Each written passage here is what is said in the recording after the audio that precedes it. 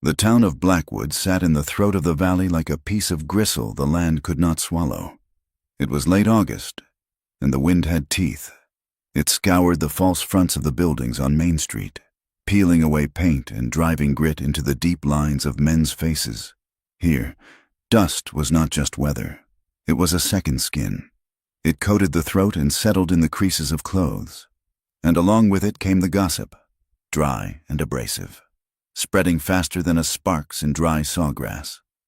Clara Voss walked against the wind with her head bowed, clutching a bundle of mended shirts to her chest. She moved with the economy of someone who knew that drawing attention was a dangerous luxury. She was a seamstress, a widow, and in the eyes of Blackwood, a woman who held herself too high for her station. She did not stop at the boardwalk where Mrs. Gable and the churchwomen gathered like crows on a fence line. She felt their eyes on her back, heavy and judging. They said she was too proud. They said a woman alone had no business refusing the company of decent men. They whispered that her silence was not modesty, but a secret arrogance. Clara knew the truth was simpler and far more brittle. She was 26 years old. Her husband was 2 years in the ground, and she had learned that in a town like this, a smile was often interpreted as an invitation, and an invitation was the first step toward ruin. She reached the general store and delivered the shirts to the clerk, taking the few coins that constituted her pay. She needed thread and flour, but she did not linger. As she stepped back out onto the wooden planks, a shadow fell across her path. Sheriff Harlan Crow stood there, his thumbs hooked into his gun belt. He was a broad man, with a face that might have been handsome if not for the way his eyes seemed to weigh everything they saw, calculating its value in leverage. He smiled, but the expression did not reach those calculating eyes. "Afternoon, Mrs. Voss," Crow said. His voice was a low rumble, meant to sound paternal to anyone watching, but Clara heard the edge in it. "Sheriff," Clara replied, nodding once but not stopping. She tried to step around him, but he shifted his weight, effectively blocking her path without raising a hand. "You are moving fast today," Crow said. "It is not safe for a woman to be rushing about alone, not with the cattle drive coming through next week. The town will be full of drifters, rough men. I can look after myself." "Sheriff," Clara said, keeping her voice level. She held her parcel of flour tight against her stomach. Crow leaned in closer. The smell of him was bay rum and stale tobacco. "That is just it." "Clara, you do not have to. I have told you. I can make sure no trouble comes to your door. A woman in your position needs a friend with authority. It is a hard world out there." Clara looked up at him then. It was the mistake she always made. She could not force herself to look at the ground when a man was threatening her, even if the threat was wrapped in the guise of kindness. "I appreciate the concern," she said, her tone clipped, "but I have work to finish. Good day. Sheriff?" She stepped around him this time, brushing past his sleeve. She felt his body stiffen. Crow did not like to be walked away from. He was a man who collected debts, real and imagined. And he had decided months ago that Clara Voss owed him something for the privilege of breathing air in his town. Refusal was dangerous.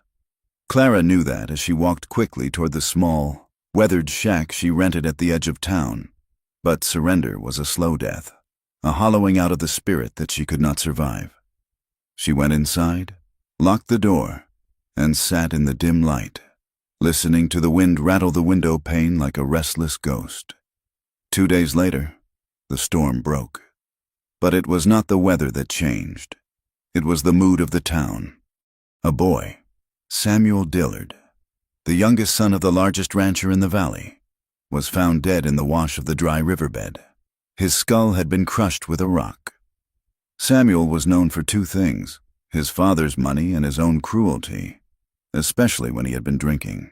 But death has a way of scrubbing a reputation clean, and by noon, Samuel Dillard was a fallen angel, and the town was baying for blood. Clara was sewing a tear in a heavy canvas coat when the door to her shack burst open. Wood splintered and flew across the room. She screamed, standing up so fast her chair tipped backward. 2 deputies filled the doorway, dust swirling around them. "Grab her," one of them barked. Clara tried to back away, her hands raised. "What is this? What are you doing? You know what you did." The deputy sneered. He grabbed her arm, his fingers digging into the tender flesh above her elbow. He hauled her forward, stumbling over her spilled sewing basket. Spools of thread rolled across the floorboards, red and blue and black, unspooling like frantic thoughts. Sheriff Crow walked in behind them. He did not look at Clara. He looked at the room. He moved to her small dresser, where her private life was folded away. A few letters from her mother back east. A ribbon her husband had given her. A locket. Crow swept his hand across the surface, knocking the items to the floor. "Search it all," Crow ordered. "I've done nothing," Clara cried out, struggling as the deputy twisted her arm behind her back. "I was here all night." Crow ignored her. He crouched near the spilled sewing basket. He paused, creating a moment of theater for his men, then reached down and plucked something from the tangle of fabric scraps. He held it up to the light. It was a silver money clip, engraved with the Dillard brand. "Found it," Crow said, his voice flat and satisfied. "That is not mine." Clara gasped, the air leaving her lungs. "I have never seen that before." "You put that there? Get her out of here," Crow said, turning his back on her. They dragged her out into the blinding afternoon sun. The town had already gathered. It was as if they had been waiting for this, hungry for a villain to make sense of the tragedy. When they saw Clara, a murmur went through the crowd, ugly and low. "I knew it," a woman shouted. "I knew she was no good. She is a black widow," another voice called out. "Probably tempted the boy and then robbed him when he would not pay." Clara stumbled, her boots catching in the dirt. The deputy shoved her forward. She looked at the faces of people she had mended clothes for, people she had bought grain from. There was no pity in them. There was only the sharp, hard glint of self-righteousness. Defending her would mean standing against the sheriff and the Dillard family. It would mean staining themselves with her alleged sin. So they watched, and they judged, and they let the hate rise. At the far end of the street, a rider sat atop a roan gelding that looked as tired as the man in the saddle. Elias Boone had been riding for 3 weeks straight, drifting down from the high country with the winter nipping at his heels. He was looking for day work, a hot meal, and water for his horse. He was not looking for trouble. He pulled the roan up as the commotion spilled into the main thoroughfare. He watched the scene unfold with the detached wariness of a man who had seen too many towns turn sour. He saw the woman first. She was slight, her hair coming loose from its pins, dragging in the dust. Her dress was torn at the shoulder where the lawman had grabbed her, but it was the way she held her head that caught his eye. She was terrified. He could see the white of her eyes from 20 yards away, but she was fighting the urge to crumple. She walked because she refused to be dragged. The deputy leading her yanked on the chain that now bound her wrists. "Move it!" he shouted, laughing as she nearly fell. Elias felt his hand tighten on the leather reins. The leather creaked, a small sound lost in the noise of the mob. His knuckles turned white. He had a code, battered and frayed as it was, that did not sit well with watching a woman treated like livestock. But he also had a survival instinct honed by years of living rough. He was a stranger here. Interfering now would only get him thrown in the cell beside her, or worse. He forced his breath out slowly through his nose. He sat still, a statue of a cowboy, as the procession passed him. For a second, Clara looked up. Her eyes swept the crowd, desperate for a friendly face, and landed on Elias. There was no pleading in her gaze, only a stark, human shock. It was the look of someone realizing that the world had gone mad. Then she was shoved forward, and the moment broke. Elias nudged his horse toward the livery stable, his jaw set so hard it ached. He dismounted in the cool shade of the barn and handed the reins to an old stable hand who was chewing on a piece of straw. The man looked at Elias's saddlebags, noting the lack of silver but the well-oiled condition of the Winchester in the scabbard. "Quite a show out there," Elias said quietly, uncinching his saddle. The stable hand spat. "Reckon so. That is the Voss woman. Sheriff says she killed the Dillard boy. Does she look like a killer to you?" Elias asked, lifting the heavy saddle down. The old man shrugged. Does not matter what she looks like. Matters what Sheriff Crow says. He has been sniffing around her for months. Everyone knows she turned him down cold. Pride comes before a fall, they say. Looks like she hit the bottom today. Elias paused, his hand resting on the horse's warm flank. So she turned him down, and now she is wearing iron. That is the way of it, the man said. Crow promised her protection after her husband died. I guess he decided to collect on the promise one way or another. You want oats for the beast? Yeah, Elias said, his voice distant. And water. He walked out of the stable, the hunger in his belly replaced by a cold, heavy stone. He knew that story. He had seen it played out in mining camps and border towns. A man with a badge and a bruised ego was a dangerous thing. Clara sat on the floor of the cell. The air was thick with the smell of unwashed bodies and the chemical reek of lie that failed to mask the scent of fear. The walls were scratched with names and dates, a calendar of misery. The door to the cell block opened, and Sheriff Crow stepped in. He did not bring the deputies. He pulled a chair over and sat outside the bars, looking at her with a calm, patient expression that made Clara's skin crawl. You are in a bad spot. Clara, Crow said softly. Clara pulled her knees to her chest. I did not kill him. I have never hurt anyone. Crow sighed, as if he were disappointed in a slow child. The town thinks you did. The Dillard family thinks you did. They are talking about a hanging. Clara, they are saying a woman who kills a man does not deserve a trial. Clara trembled. Then tell them the truth. Tell them you planted that clip. Crow chuckled darkly. Who would believe that? I am the law here.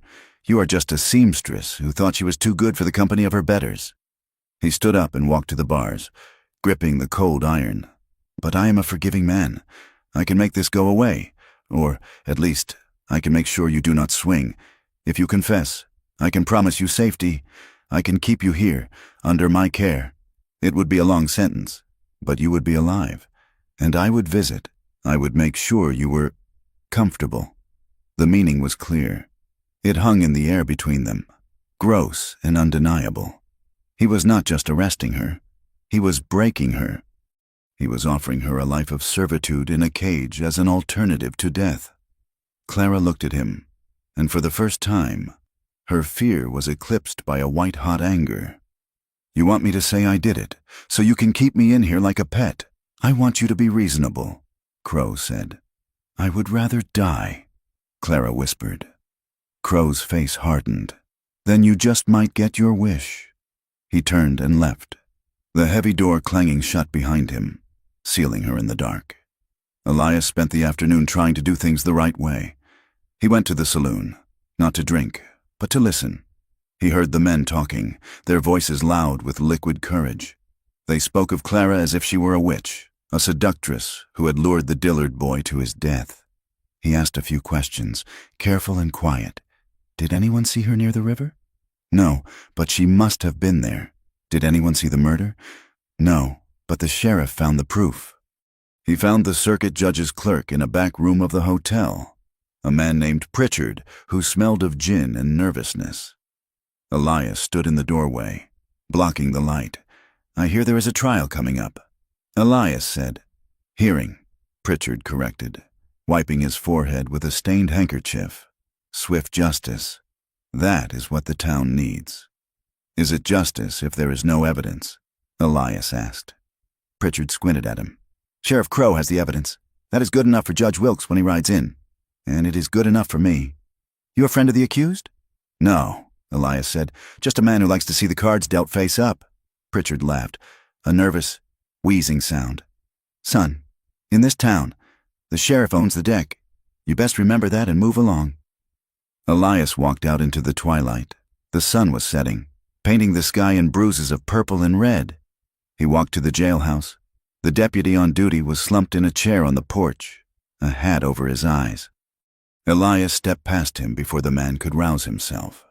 He went around to the side of the building, where a small, barred window looked out into the alley. He crouched down. Ma'am, he whispered. There was a rustling of straw, and then Clara's face appeared at the bars. pale and ghostly in the gloom. "Who is there?" she asked, her voice trembling. "The man from the street," Elias said. "The one on the roan horse." Clara gripped the bars. "Are you one of Crow's men?" "No. Then why are you here?" Elias looked around the alley to ensure they were alone. "I tried to talk to the clerk. They are set on this. Ma'am, they are not looking for truth." "I know," Clara said. Her voice broke, and she swallowed hard to steady it. "I know what this is." Elias took off his hat, turning it in his hands.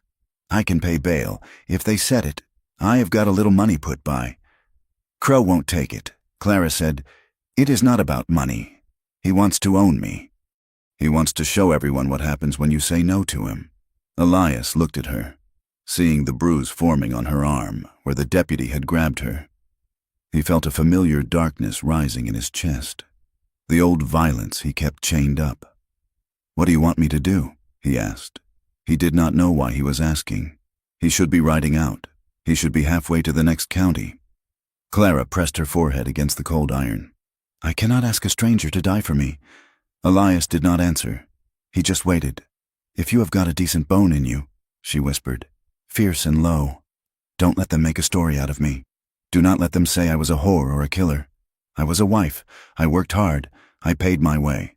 Elias saw the tears finally spill over, tracking through the dust on her cheeks. "I came west with my husband," she said, her voice drifting. "We were going to raise sheep. He died in a rock slide 2 years ago. I stayed because I had nowhere else to go.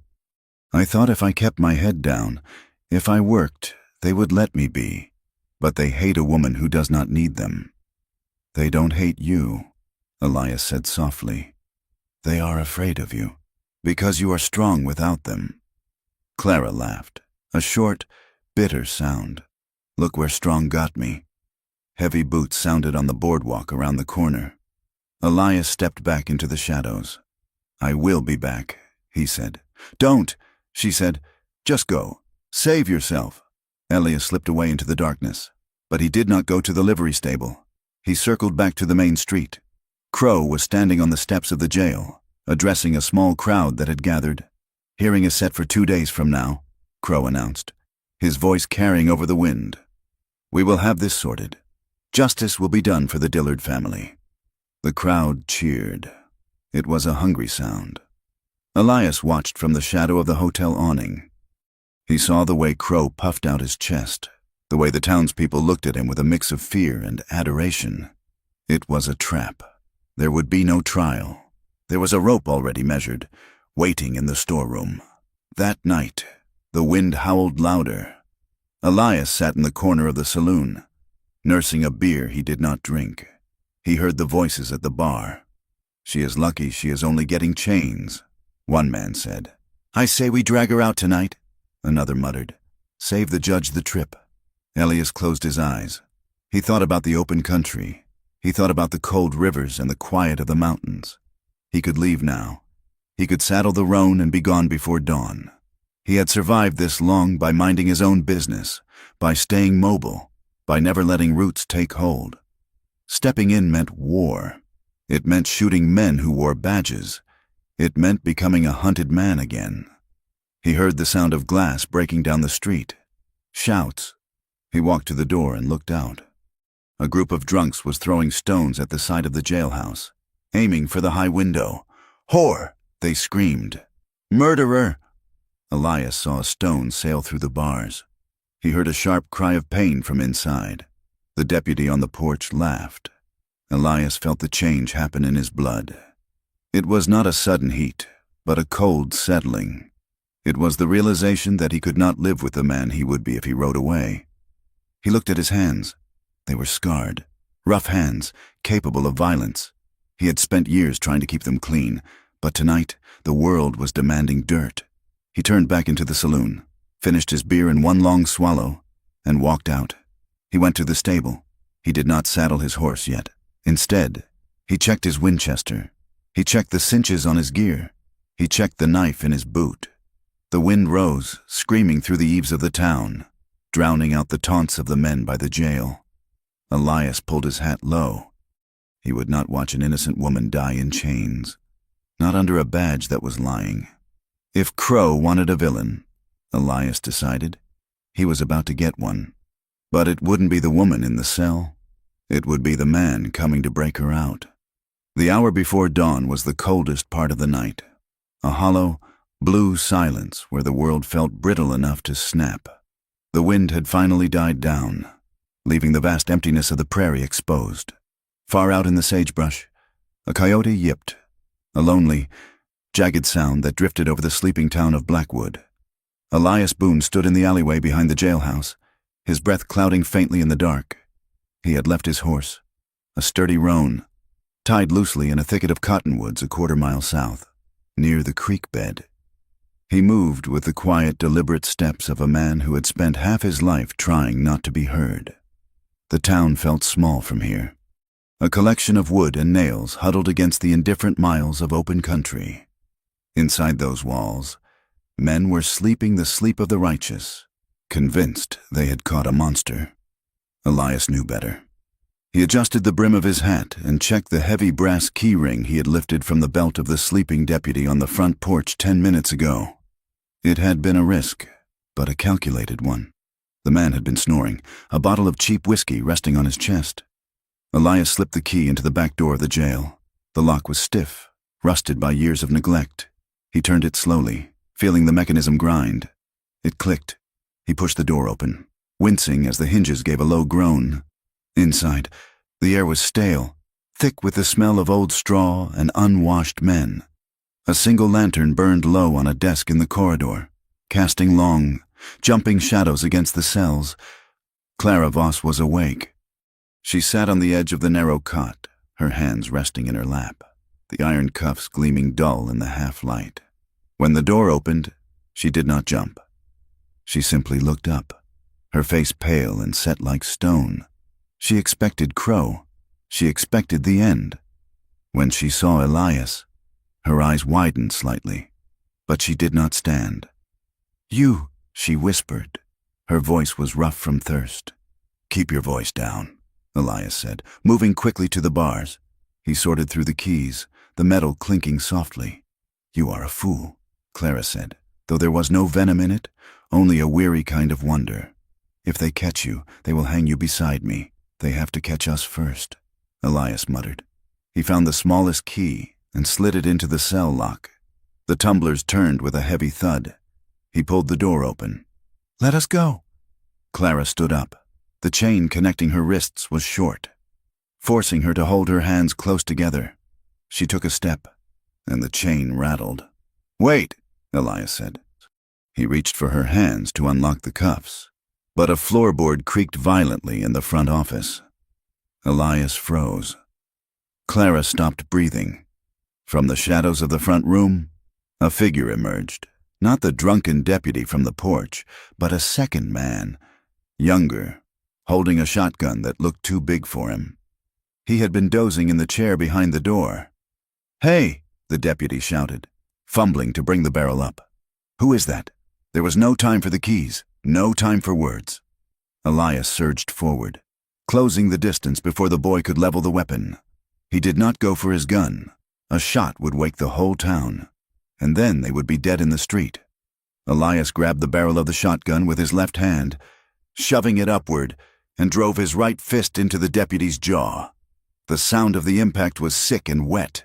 The boy's head snapped back, and he crumbled without a sound, the shotgun clattering to the floor. Elias caught the weapon before it hit the wood, setting it down gently. He shook his hand, his knuckles throbbing. "We have to move," Elias said, his voice tight. "Now." Clara stared at the unconscious deputy, her chest heaving. She looked at Elias, her gaze measuring the violence he had just committed. It was efficient, brutal. "Come on," Elias urged, grabbing her upper arm. They went out the back door, into the biting cold of the pre-dawn. They kept to the shadows of the buildings, moving fast. Clara struggled to run with her balance thrown off by the chains. The iron cuffs bit into her wrists with every swinging motion, grinding against the bone. She bit her lip to keep from crying out. They reached the edge of town, where the buildings gave way to scrub brush and darkness. "My horse is near the creek," Elias said. Can you run?" Clara looked at the dark horizon. "I can run," she said. They scrambled down the embankment into the dry wash. The gravel shifted under their boots, loud in the silence. They ran until their lungs burned, the town lights fading behind them until they were nothing but low stars on the earth. When they reached the cottonwoods, the roan nickered softly. Elias untied the reins and mounted, pulling Clara up behind him. "Hold on to me," he said. Clara hesitated for a fraction of a second, then wrapped her chained arms around his waist. The metal pressed cold against his ribs. They rode hard for the first hour, putting miles between them and the sunrise. The sky began to lighten, turning from bruised purple to a pale, unforgiving gray. The landscape revealed itself, a vast, broken expanse of mesquite and dry earth, rising toward the distant, jagged line of the mountains. By the time the sun crested the horizon, painting the land in harsh gold, they were deep in the Badlands. Elias slowed the horse to a walk to save its strength. He steered them into a narrow canyon where the walls rose high enough to cast a shadow. "We stop here for a minute," Elias said. "I need to get those irons off you." He helped her down. Clara's legs nearly gave out when her feet hit the ground. She leaned against a boulder, her face gray with exhaustion. She held her hands out. The skin around her wrists was raw, blood weeping from where the metal had chewed into her flesh. Elias cursed softly under his breath. He went to his saddlebags and pulled out a small pry bar and a heavy hammer he used for fencing work. "Sit down," he said, pointing to a flat rock. Clara sat. She held her hands out on the stone, trembling. The adrenaline was fading, leaving behind the cold reality of her situation. She was a fugitive. "This is going to be loud," Elias warned. He positioned the chain link against the rock. "I'm going to break the chain first, then I will work on the locks. Keep your head turned." He brought the hammer down. The sound of steel on steel rang out like a gunshot in the quiet canyon. It took 3 strikes to shatter the link. Clara flinched with every blow, her shoulders hunching, but she did not pull away. When the chain broke, her hands fell apart, though the heavy cuffs remained. Elias knelt in front of her. He took a small pick from his pocket, a tool for cleaning horse hooves that he had filed down. "Give me your left hand." He worked with a concentration that made his face look hard, but his hands were careful. He braced her wrist with his own, his fingers rough and warm against her cold skin. Clara watched him. He was not a handsome man in the traditional sense.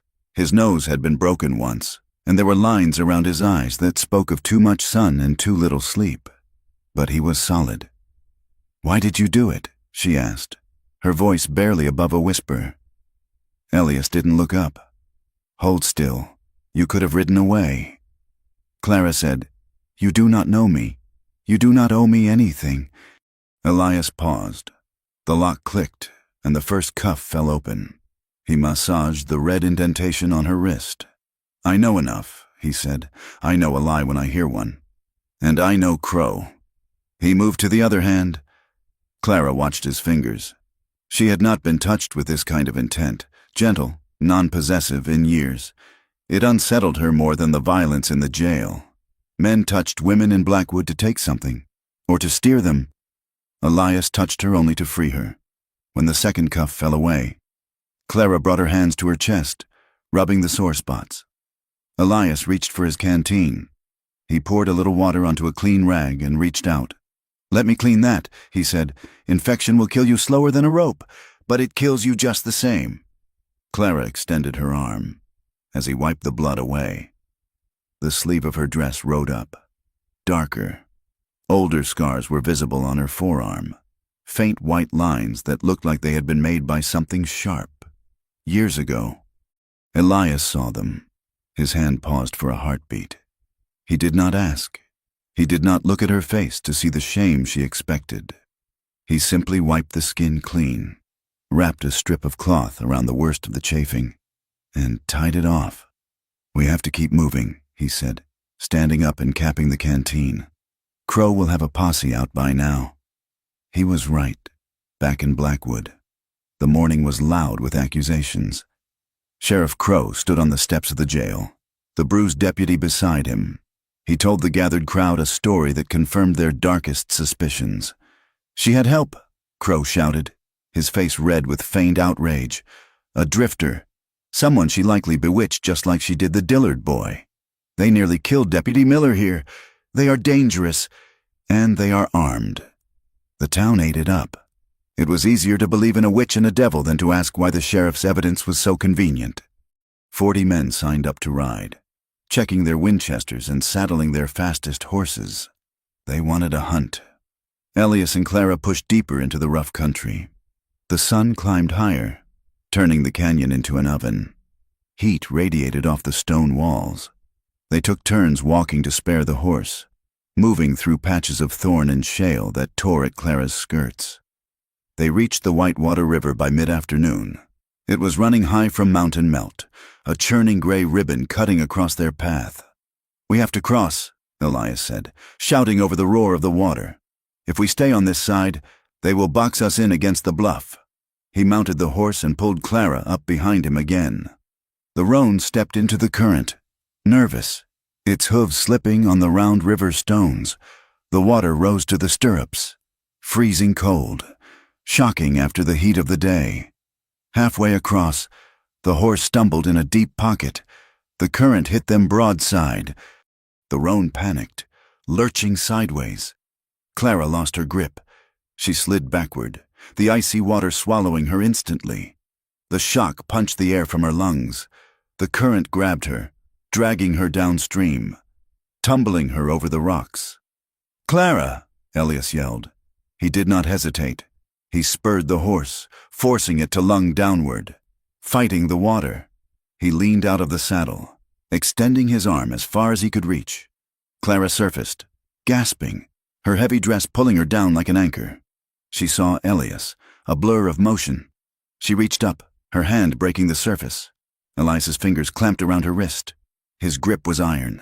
He hauled her upward, the strain evident in the corded muscles of his neck. He dragged her toward the horse until she could grab the stirrup leather. "Get to the bank!" he roared. They scrambled onto the far shore, dripping wet, shivering violently despite the sun. Clara collapsed on the sand, coughing up water. Elias dismounted and checked the horse's legs. "You all right?" he asked, his voice sharp with adrenaline. Clara nodded, wiping wet hair from her face. She was shaking. "I am fine. We cannot stop to dry off," Elias said grimly. "That water leaves a trail. They will see where we crossed. We have to make the ridgeline before dark." He did not offer a hand to help her up this time. He just started walking, leading the horse. It was not cruelty. It was the brutal math of survival. If they stopped, they died. As they walked, Elias began to teach her. He did not lecture, and he did not speak like a hero from a dime novel. He spoke like a man who respected the land's ability to kill. "Step where I step," he said. "Watch for loose shale. Keep your mouth closed. Breathing through your nose keeps the moisture in." Clara followed him. Her skirts were heavy with water, dragging in the dirt. Her boots were soaked. Every step was a battle against gravity and exhaustion. Inside, her mind was a storm. She hated the fear that made her hands shake, but more than that, she hated the story that was being told about her.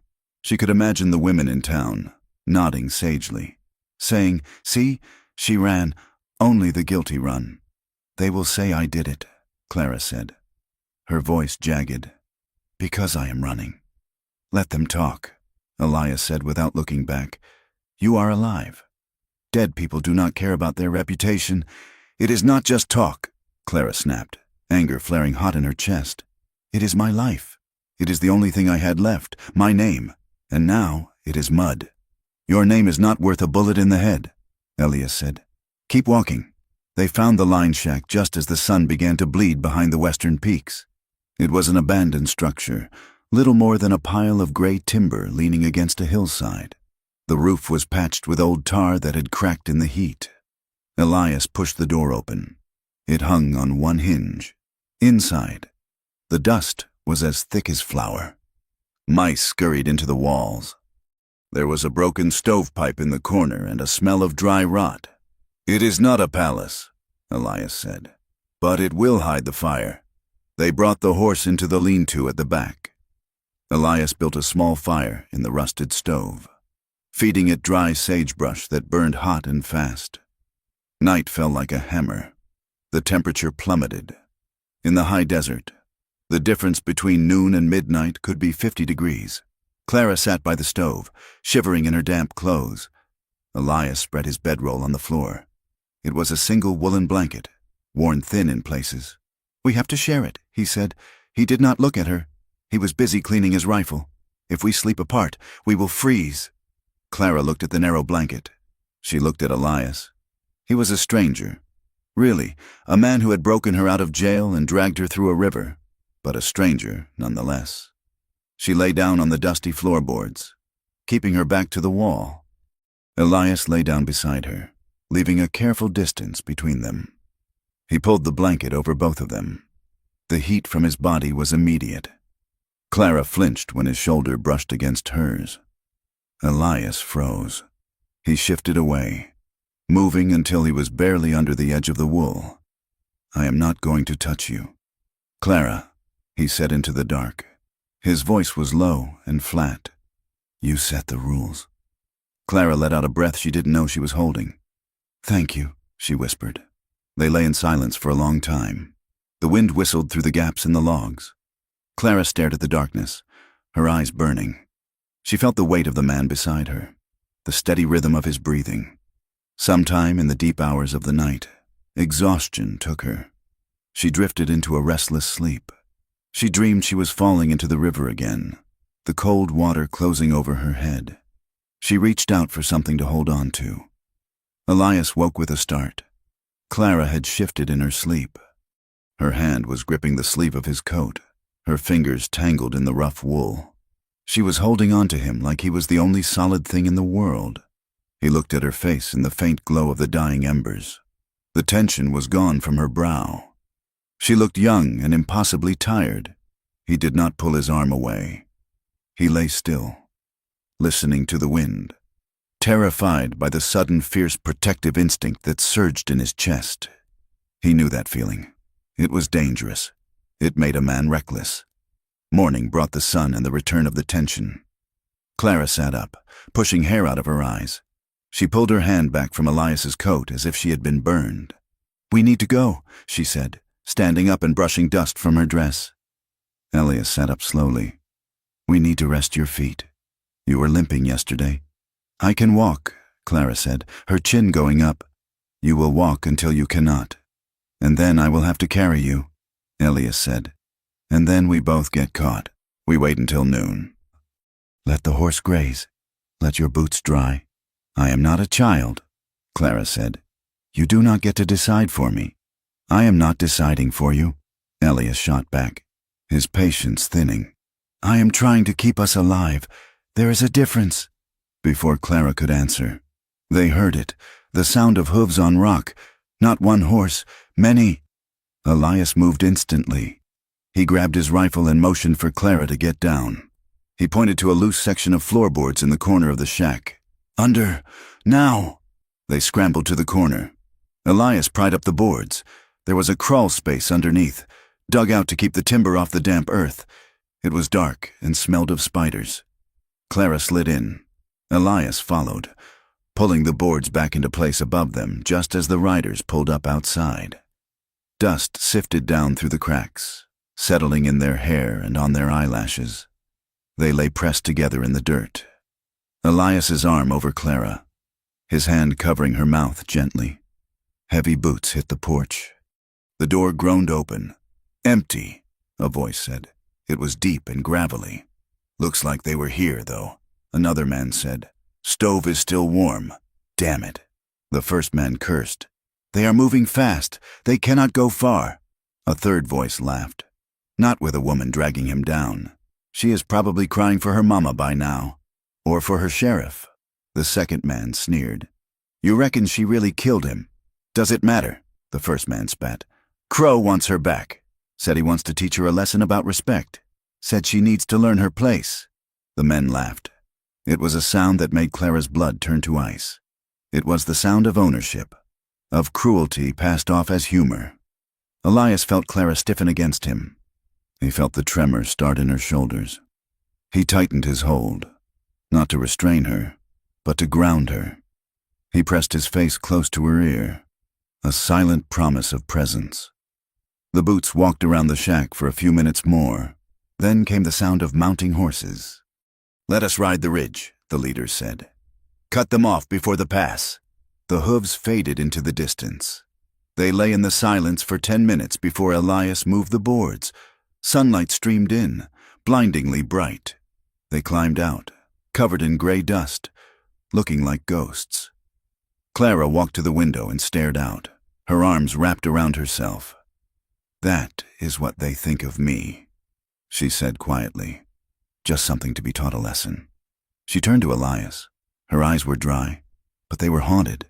After my husband died, the men in town, they changed. They stopped looking at me like a person. I was just available, unprotected.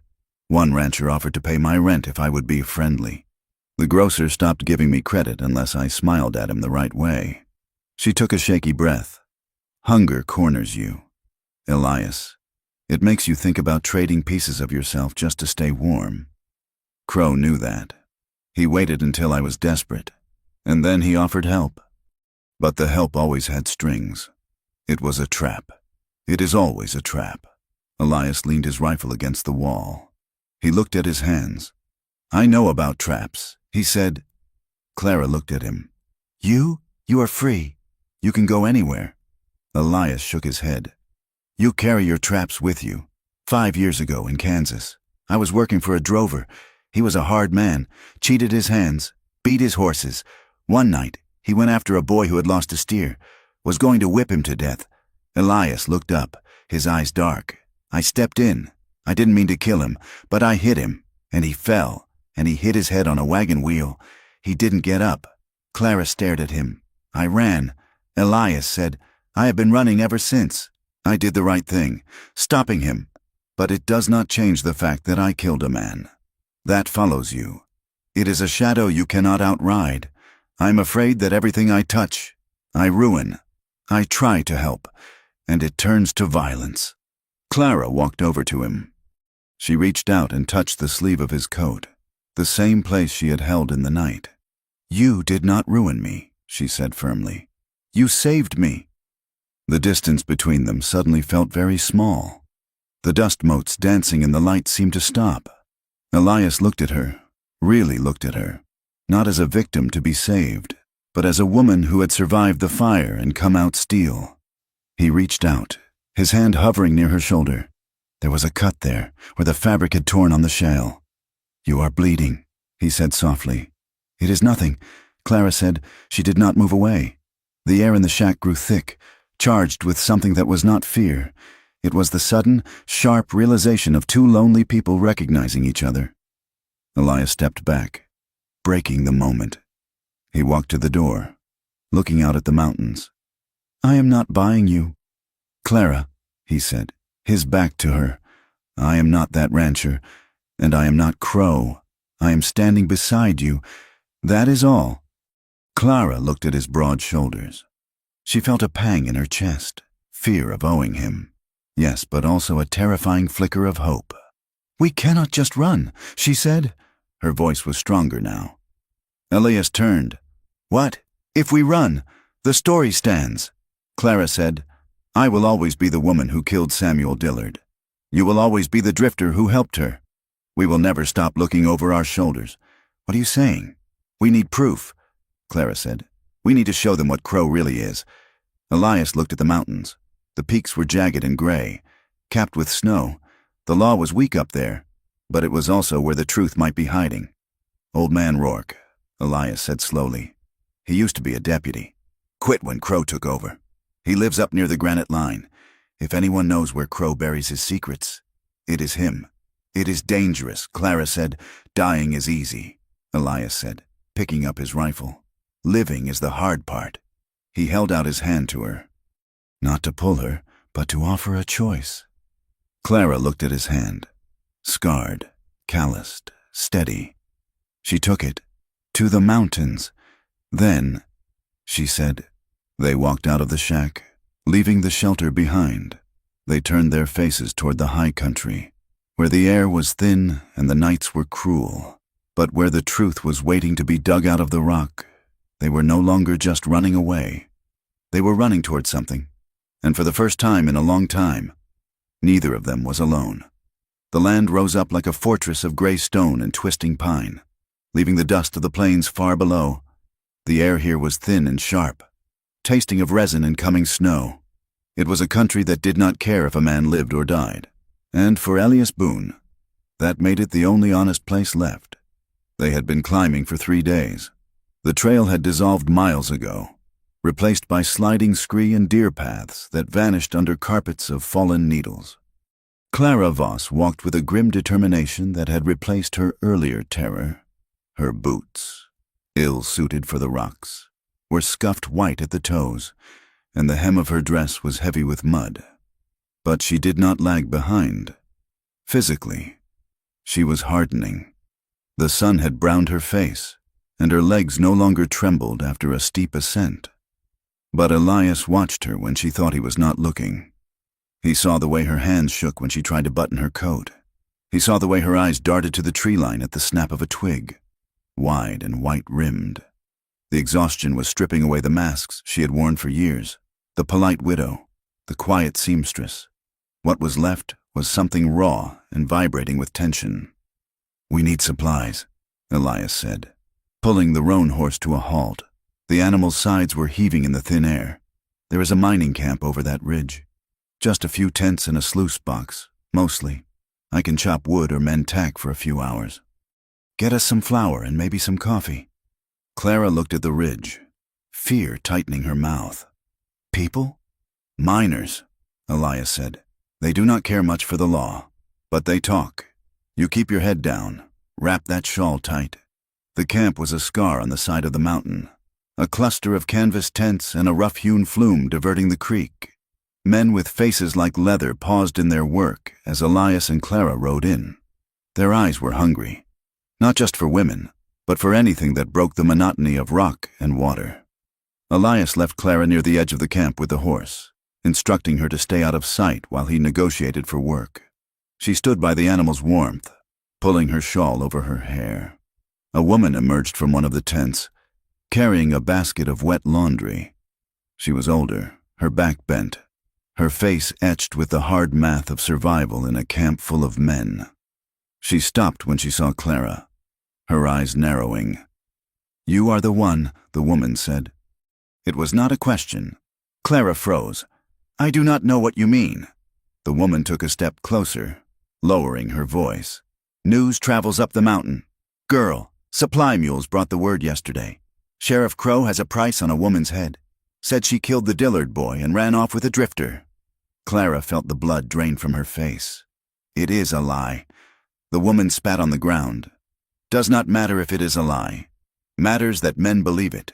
And men like to believe that a woman who looks like you is trouble. You bring the sheriff's wrath down on this camp, and these men will not thank you for it. They will trade you to save their own skins." Clara looked past the woman to the sluice box. 2 miners were leaning on their shovels, watching her. "I heard she lured him out there," one man said, his voice carrying clearly in the crisp air. "Said she promised him things and then cut his throat when he fell asleep." "She is a black widow," the other man agreed, spitting tobacco juice. "Those quiet ones are always the worst. Probably has that drifter wrapped around her finger too." Clara stepped back, her heart hammering against her ribs. It was happening. The lie was taking root, growing bark and leaves, becoming a solid thing. It did not matter that she had sat in a room mending shirts that night. It did not matter that she had never held a weapon in her life. The story was becoming the truth simply because it was said out loud enough times. Elias returned with a small sack of cornmeal and a tin of coffee. He took one look at Clara's face, then at the miners, and his jaw set. He did not say a word. He just took the reins, placed a hand on the small of Clara's back, and guided her away from the camp. He moved with a coiled violence, his hand resting near the knife on his belt, daring anyone to speak. No one did. They rode in silence until the camp was far behind them. "They know," Clara whispered finally. They all know. It is just noise, Elias said, though his eyes scanned the ridges above them. It is not noise, Clara insisted, her voice cracking. It is my life. Elias, they are turning me into a monster. We are going to see Rourke, Elias said, changing the subject. He lives in a ravine about 5 miles east. He was a deputy under Crow years ago. He quit in disgust. If anyone can help us, it is him. Old Man Rourke's cabin was little more than a pile of logs wedged into a fissure in the granite, hidden by a screen of aspen. As they approached, the door creaked open. A double-barreled shotgun emerged first, followed by a man who looked like he had been carved out of the mountain itself. His beard was gray and matted, and his eyes were sharp blue flint. "Hold it right there," Rourke barked. "It is me." "Rourke," Elias called out, keeping his hands high and away from his weapons. "Elias Boone. We rode the Chisholm Trail together in '78. Rourke squinted, lowering the gun an inch. "Boone? I thought you were dead in Abilene." "Not yet," Elias said, dismounting slowly. Rourke's gaze shifted to Clara. "And I suppose this is the fugitive the whole territory is buzzing about. The Black Widow of Blackwood?" Clara flinched at the name. "She is innocent." "Rourke," Elias said, his voice hard. "Everyone is innocent until the rope tightens." Rourke grunted. "I have no love for Crow, but I am not in the business of harboring killers, especially women who slice up boys." Elias opened his mouth to argue, but Clara stepped forward.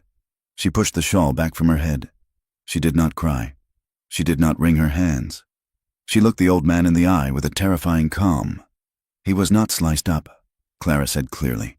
"His head was crushed with a rock. If you are going to judge me, get the facts right."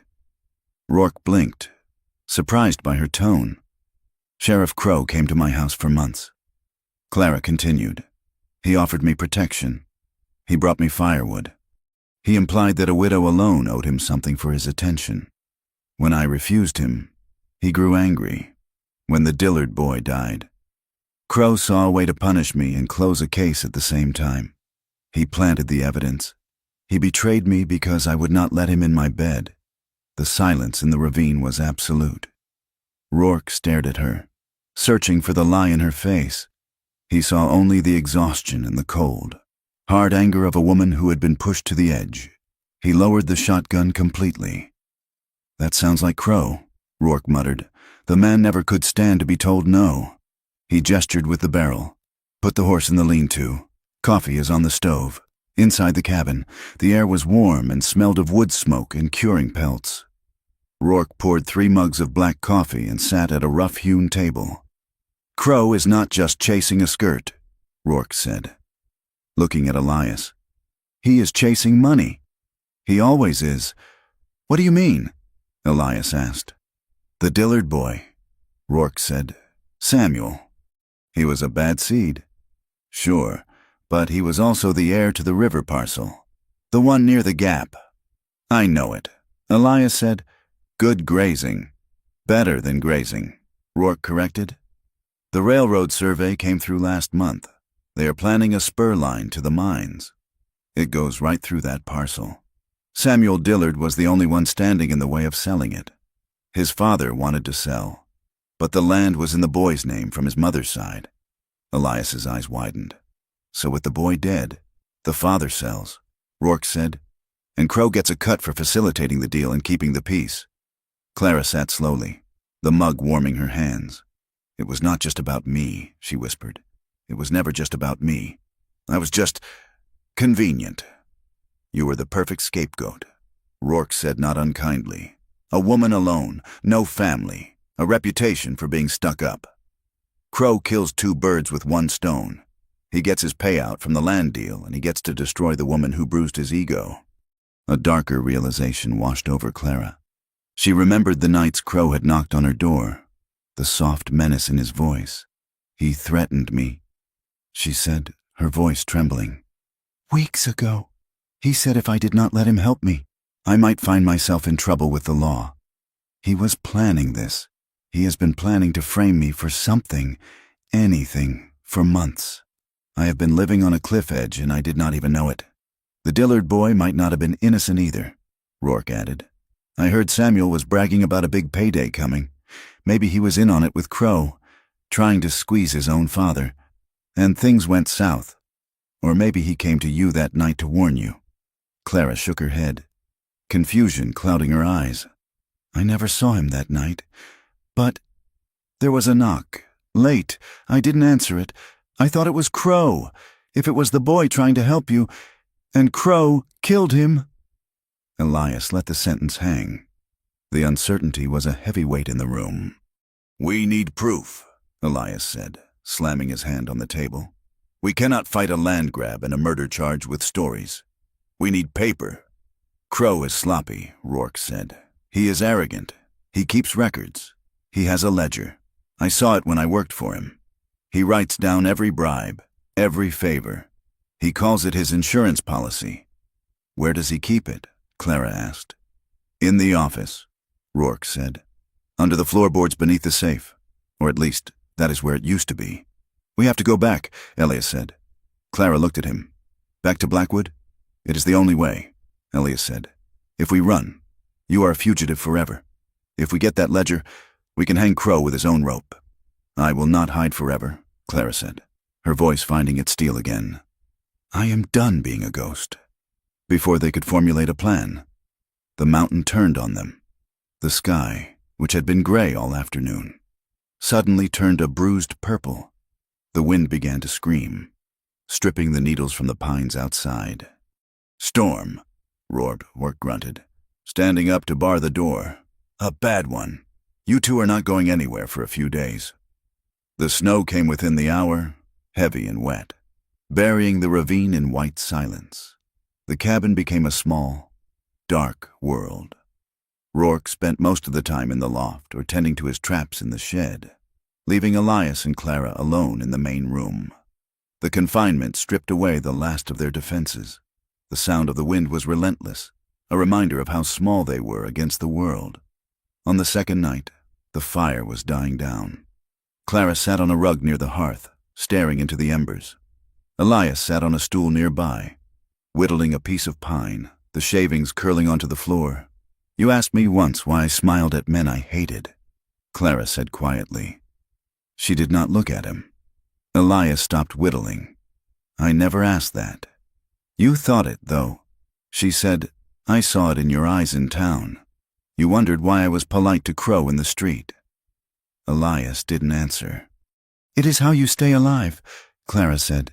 When my husband died, I realized that a woman without a man is just open territory. If you frown, they call you bitter. If you ignore them, they call you proud. If you fight back, they call you crazy. So you smile.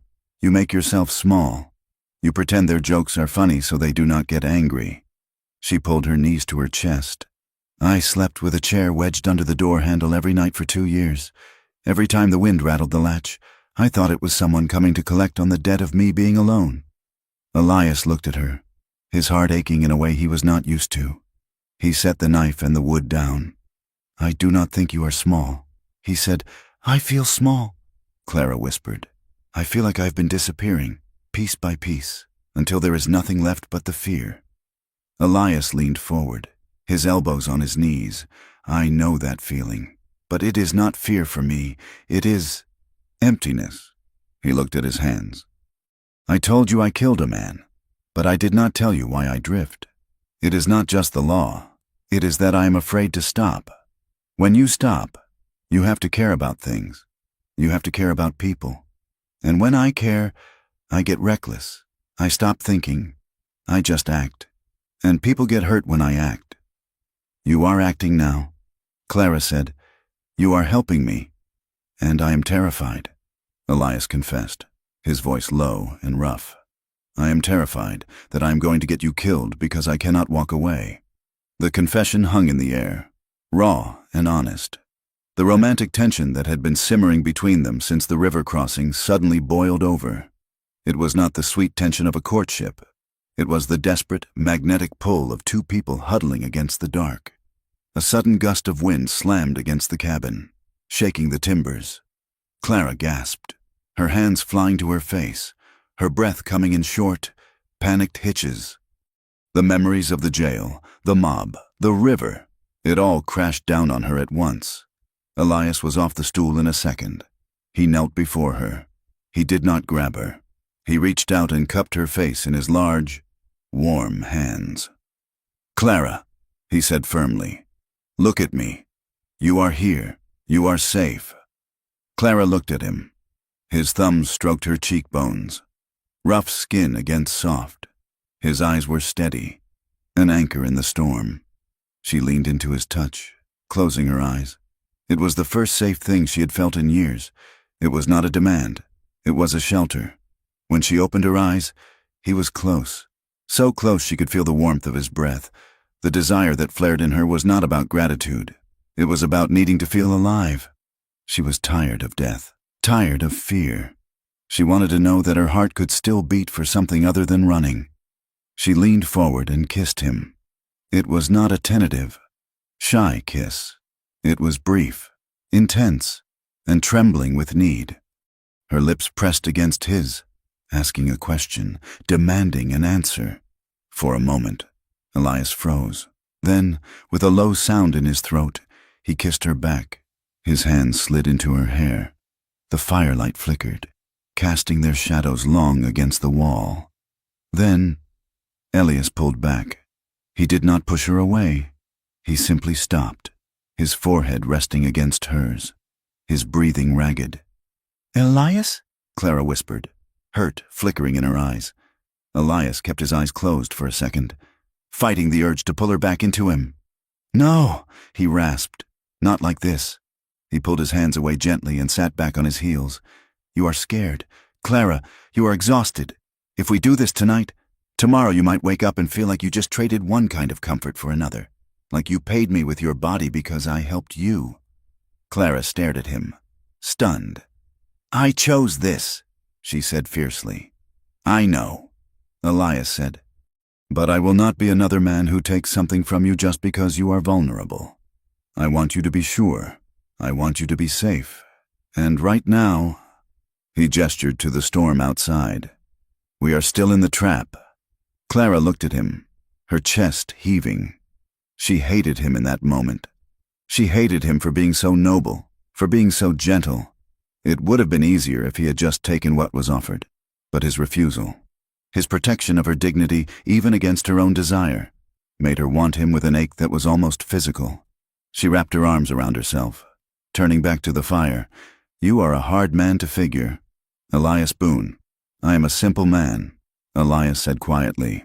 "I just want to be able to look you in the eye when this is over." The storm broke the next morning. The sun came out, blindingly bright on the new snow. Rourke came down from the loft, checking his rifle. "Snow will melt fast on the lower slopes," Rourke said, "but it will slow down the horses.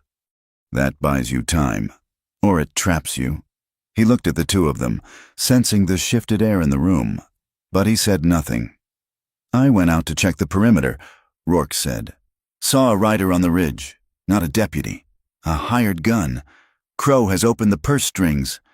He is bringing in bounty hunters." "Then we have to move tonight," Elias said, "before they close the net." Clara stood up, smoothing her dress. She looked different today. The fear was still there, but it was controlled.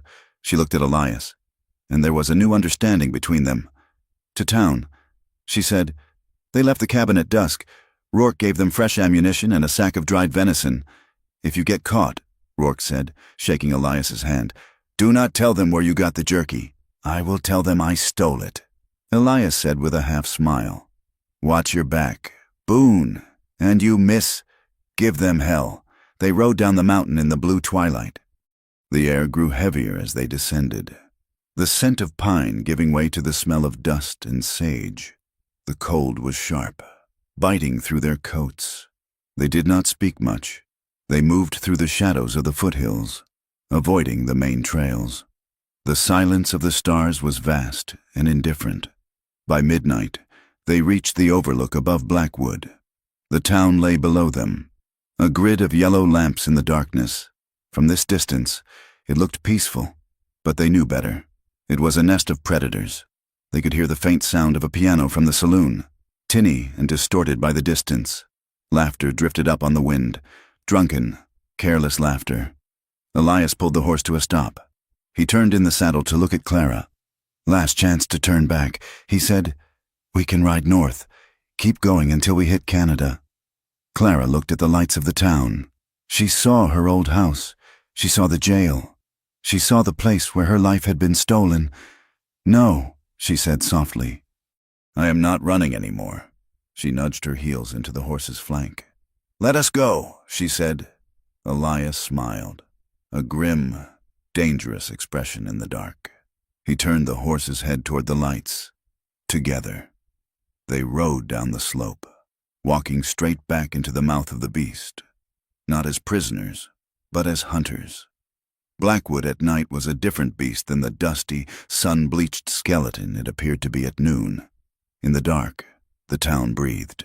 It smelled of things spilled and things hidden, rye whiskey soaking into sawdust, the acrid bite of coal smoke, and the heavy, earthy stench of the stockyards that hung low in the valley.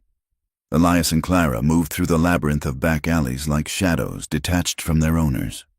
The mud here was half frozen, crunching softly under their boots. But the wind was loud enough to mask the sound.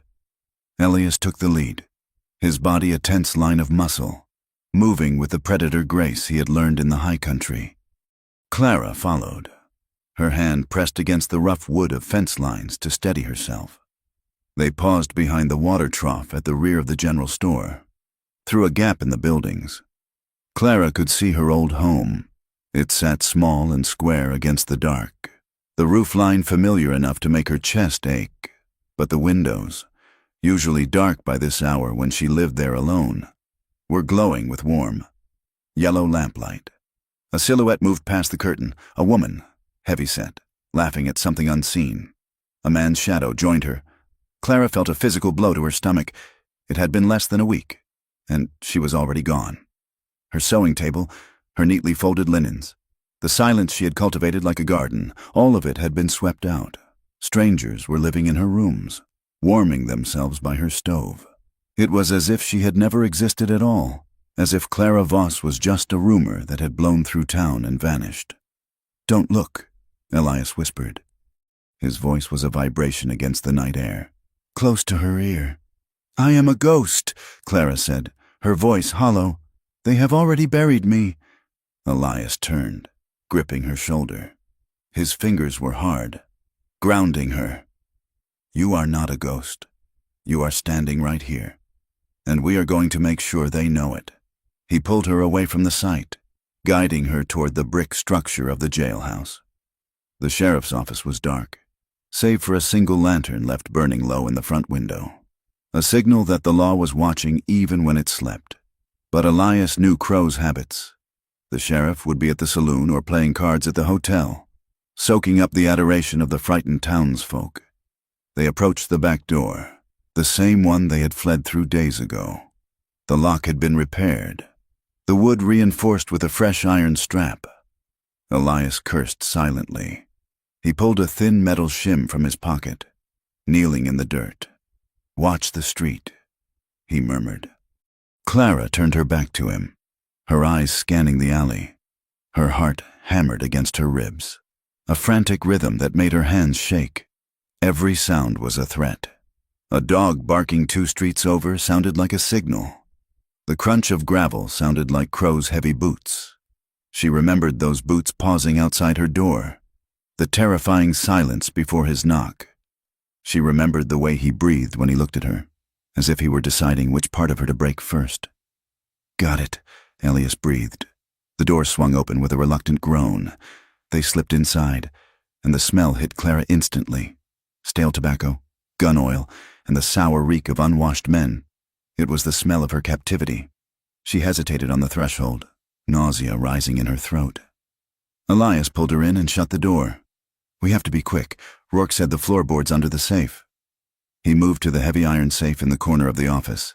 It was a formidable box, but they didn't need to get inside it. Elias shoved the heavy oak desk aside, the legs scraping across the floor. He knelt, tapping the handle of his knife against the wood planks. hollow.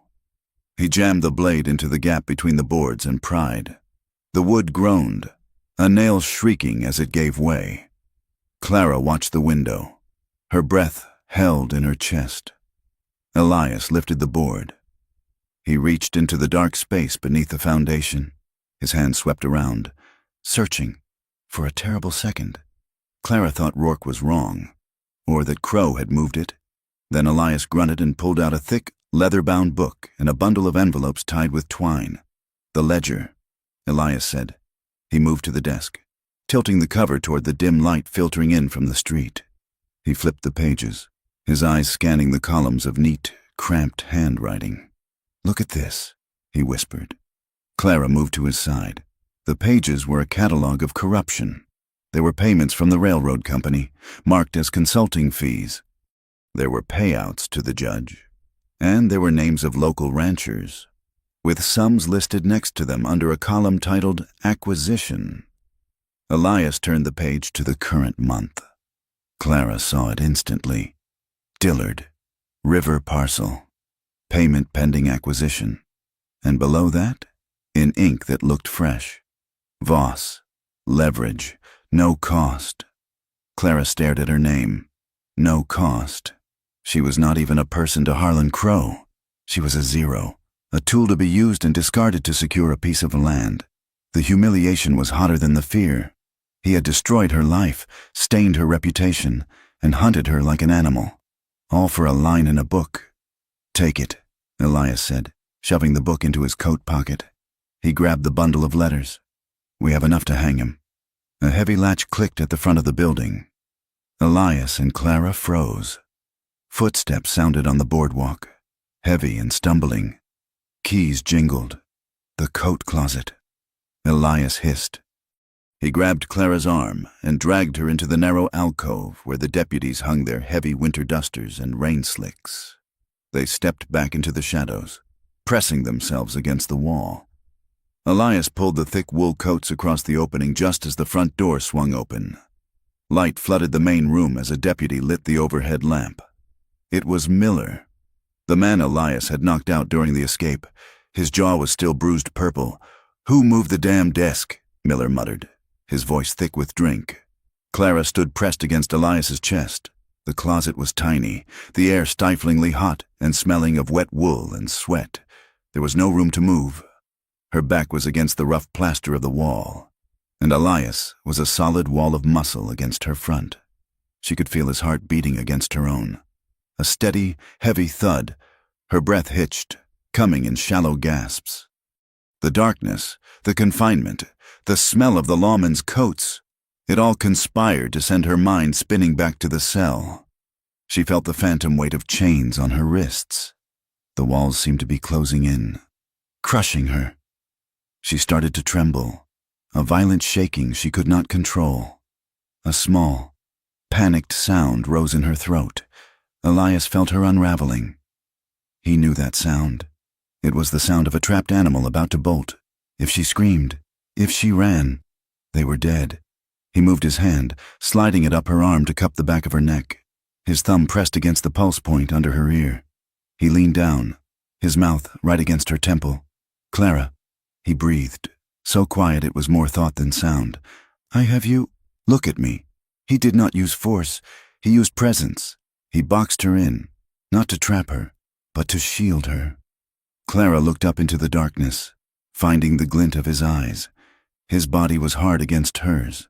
His leg pressed between her knees to make room. The contact was electric. It cut through the panic, replacing the fear of the deputy with a sudden, overwhelming awareness of the man holding her. Her breath ghosted against the hollow of his throat. She could smell him, pine pitch, cold air, and the underlying scent of a man who had been riding hard. It was not the smell of the law. It was the smell of the wild. The desire hit her with the force of a physical blow, tangled inextricably with the adrenaline. She wanted to bury her face in his coat. She wanted to feel his hands on her, erasing the memory of the chains. Elias held her gaze in the dark, his hand steady on her neck. He felt the shift in her, the way the trembling turned into a different kind of tension. He felt the heat of her body seeping into his. He wanted to kiss her. The urge was so strong it made his hands ache. He wanted to claim this moment, to prove that they were alive in the midst of death. But Miller was right there. The deputy kicked the desk leg. "Damn rats," he grumbled. He walked toward the closet. Elias's hand moved to the knife at his belt. He tensed, ready to spring. Clara held her breath, her eyes squeezed shut, her hands clutching the lapels of Elias's coat. Miller stopped a foot away. He sighed, a long, rattling sound, and turned back. He blew out the lamp. "Not my shift," he muttered. The door opened and closed. The lock clicked. They stood in the dark for a long minute, neither of them moving. The silence in the closet was heavy, charged with everything that had almost happened and everything that still might. Elias let out a long breath. He stepped back, giving her space, though the loss of his warmth made Clara shiver. "We go," he whispered. "Now." They slipped out of the closet and back into the alley. They moved fast, the adrenaline crashing into exhaustion. They made it to the edge of town, where the horses were hidden, and mounted up. But in the rush, in the chaotic tumble from the closet, something had snagged. Clara did not notice that the small, embroidered handkerchief she had tucked into her sleeve, the one her mother had sent her from Boston, with her initials stitched in blue, was gone. It lay on the floor of the evidence room, a splash of white against the dark wood, right where the coats had been pushed aside. They rode hard for the foothills, intending to circle back to Rourke's cabin before heading to the railhead in the next county. They rode until the sun began to bleed over the horizon, painting the sky in violent shades of orange and red. But Crow was not sleeping. When the morning shift came on, the moved desk was discovered, then the loose floorboard, then the missing ledger. Crow tore the office apart in a fury that terrified his own men. When he found the handkerchief on the closet floor, he did not shout. He went very still. He rubbed the fine linen between his thumb and forefinger. "She was here," he said softly, "and she thinks she is clever." He walked out onto the street. "Gather the men," he ordered, "all of them, and bring me the ones who talked to her. The old man in the mountains, the washerwoman, anyone who has ever given her a kind word. We are not just hunting a fugitive anymore," Crow said, his voice carrying down the street. "We are cutting out a cancer." By noon, the posse had doubled in size. By 2 o'clock, they had found the trail leading up toward the granite peaks. Elias and Clara were miles away, navigating a shale ridge. When the sound of gunfire echoed off the canyon walls, it was distant, a series of sharp cracks like dry wood snapping. "That came from the east," Elias said, pulling the horse up. "From the ravine! Rourke!" Clara gasped. They turned the horse, pushing the tired animal back the way they had come, skirting the lower trails to stay hidden. It took them 2 hours to reach a vantage point overlooking the fissure where Rourke's cabin stood. Smoke was rising in a black pillar against the blue sky. The cabin was gone. It was a smoldering ruin of collapsed logs. There were tracks everywhere, horseshoes, boot prints. Elias dismounted and crept down the slope, Clara following close behind. The silence was terrible. There were no birds singing. They found Rourke near the woodpile. He was lying on his back, his shotgun empty beside him. He had not gone down easy. There was blood on the ground that wasn't his, but there was a hole in his chest that marked the end of the old lawman's watch. Clara made a sound that was not quite a scream, a strangled cry of grief that she smothered with both hands. She fell to her knees in the dirt. "No," she sobbed.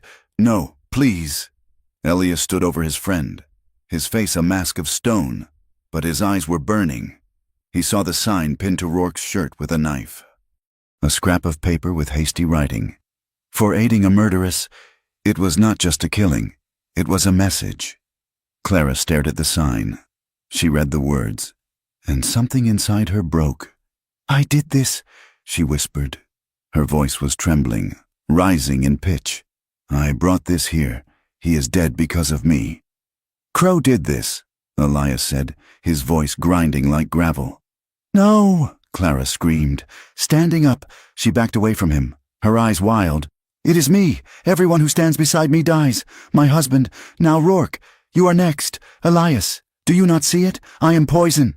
She spun around and ran toward the horse. She grabbed the reins, trying to mount, her movements frantic and clumsy.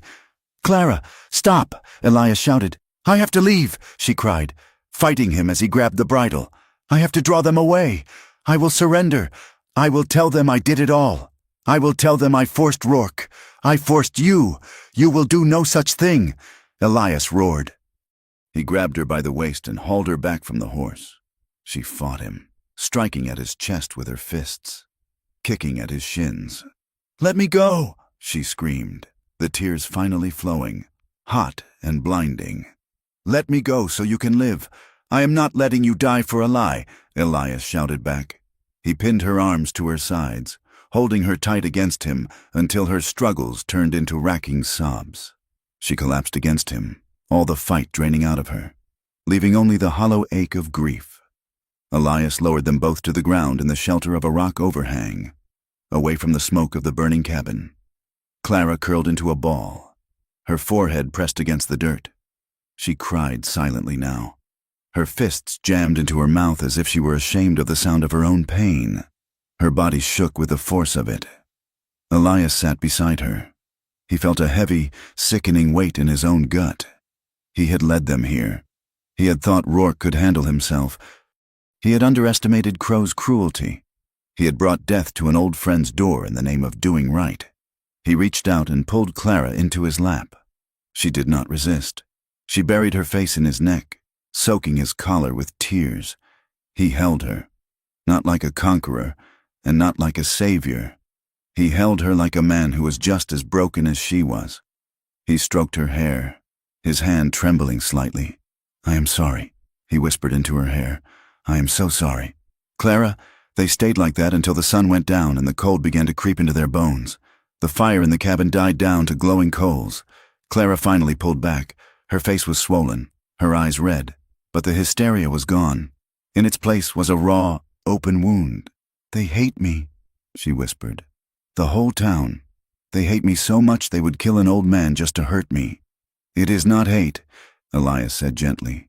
"It is fear, and it is power. Crow is using you to terrify them." "I believed them," Clara confessed. Her voice was so quiet, Elias had to lean in to hear.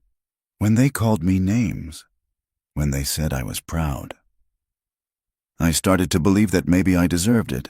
Maybe I was wrong for wanting to be alone. Maybe I was dirty for surviving. I spent years thinking that if I just made myself smaller, I could be clean again." Elias looked at her in the moonlight. He saw the dirt on her cheek, the tear tracks, the fierce set of her jaw. "You are not dirty," he said.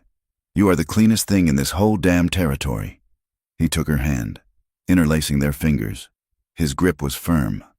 "I have spent my life running because I was afraid of this," he said. "I was afraid of wanting someone so much that I would burn the world down for them. I thought it made me weak." He looked at the ruin of Rourke's cabin. "But seeing this, seeing what they did, it does not make me want to run. It makes me want to stand." He turned his gaze back to her. "I want you, Clara. And that terrifies me more than Crow's posse, because it is real, and because I cannot walk away from it." Clara looked at him. She saw the fear in his eyes, mirroring her own.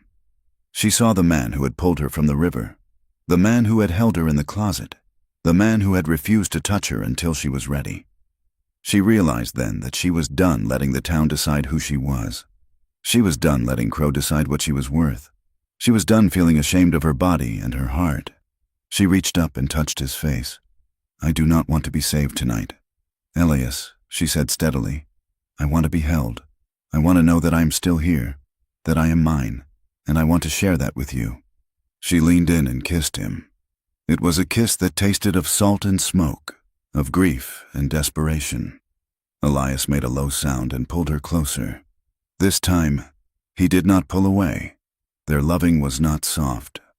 It was fierce and urgent, a desperate reclaiming of life in the face of death. It was hands exploring boundaries and finding them welcome. It was skin against skin, warmth against cold. It was Clara guiding his hands, choosing every touch, erasing the memory of the chains and the cage. For the first time in her life, she was not submitting. She was not trading. She was taking. She was giving. And in the dark of the ravine, with the smell of smoke still in the air, they built a small, defiant fire between them that had nothing to do with wood or coal. When the dawn came, the world was still brutal. The wind bit at their exposed skin. Their stomachs rumbled with hunger. The smoke from Rourke's cabin had stopped rising, leaving only a black scar on the land. They were still hunted. They were still outnumbered. But as Clara stood up and brushed the dirt from her dress, the slump was gone from her shoulders. She braided her hair back with steady hands. She looked at the ledger, which lay protected in Elias's saddlebag. She looked at Elias, who was checking the cinch on the roan. He caught her eye and stopped. There was no shame in his look, only a deep, steady recognition. "We are not going to hide in the mountains," Clara said. Her voice was quiet, but it had a new edge. It was the voice of a woman who had walked through the fire and decided she liked the heat. "No," Elias agreed. We are going to find the circuit judge," she said. "He is due in Silver Creek in 2 days." Elias said, "It is a hard ride across the flats. Open ground. Let them come." Clara said. She walked over to him. She did not ask for permission. She reached up and took the rifle from the scabbard, checking the action with a competence she had learned in the last 3 days. "We are going to bring the law down on Harlan Crow," she said. "And if the law will not do it, we will." Elias watched her. He saw the grief still lingering in the corners of her eyes, but he saw the steel underneath. He nodded once. He mounted the horse and pulled her up behind him. She wrapped her arms around his waist, pressing her face against his back. This time, she did not hold on out of fear. She held on because she belonged there. They rode out of the ravine, leaving the mountains behind. They headed down toward the flat, bleak stretch of prairie that lay between them and Silver Creek. The sky above was the color of a fresh bruise, promising more storms. They carried a stolen ledger. They carried the weight of a dead friend. They carried a love that had teeth, sharp enough to tear through the lies of a town that had tried to break them. They rode into the open, and they did not look back. The country flattened out into a vast, unforgiving skillet of hard-pan clay and dry grass. Here, the wind did not howl through trees. It screamed across open miles with nothing to break its teeth on but the skin of travelers. It carried grit that sandblasted the face and settled deep in the lungs. The sun was a white hammer by day, and the nights were so clear the stars looked sharp enough to cut glass. Elias and Clara rode the roan horse into the ground, trading walking for riding in 2-hour shifts to spare the animal. They spoke little. The wind took the words away before they could reach each other's ears. And, besides, there was nothing left to say that wasn't already in the set of their jaws. They were two fugitives moving toward a reckoning. Silver Creek was not a town so much as a scar on the prairie where the railroad had decided to pause. It was a collection of raw lumber shacks, canvas tents, and a depot that smelled of creosote and coal smoke. It sat on the edge of the territory, a place where the law was thin and the telegraph wire was the only tether to civilization. They arrived at midday, dust coating them like gray flour. Clara's face was unrecognizable, her lips cracked from the dry air, her eyes shadowed. Elias looked like a man carved from driftwood, lean and weathered. They tied the exhausted horse to the rail outside the depot. The telegraph office was a small cage of a room attached to the station.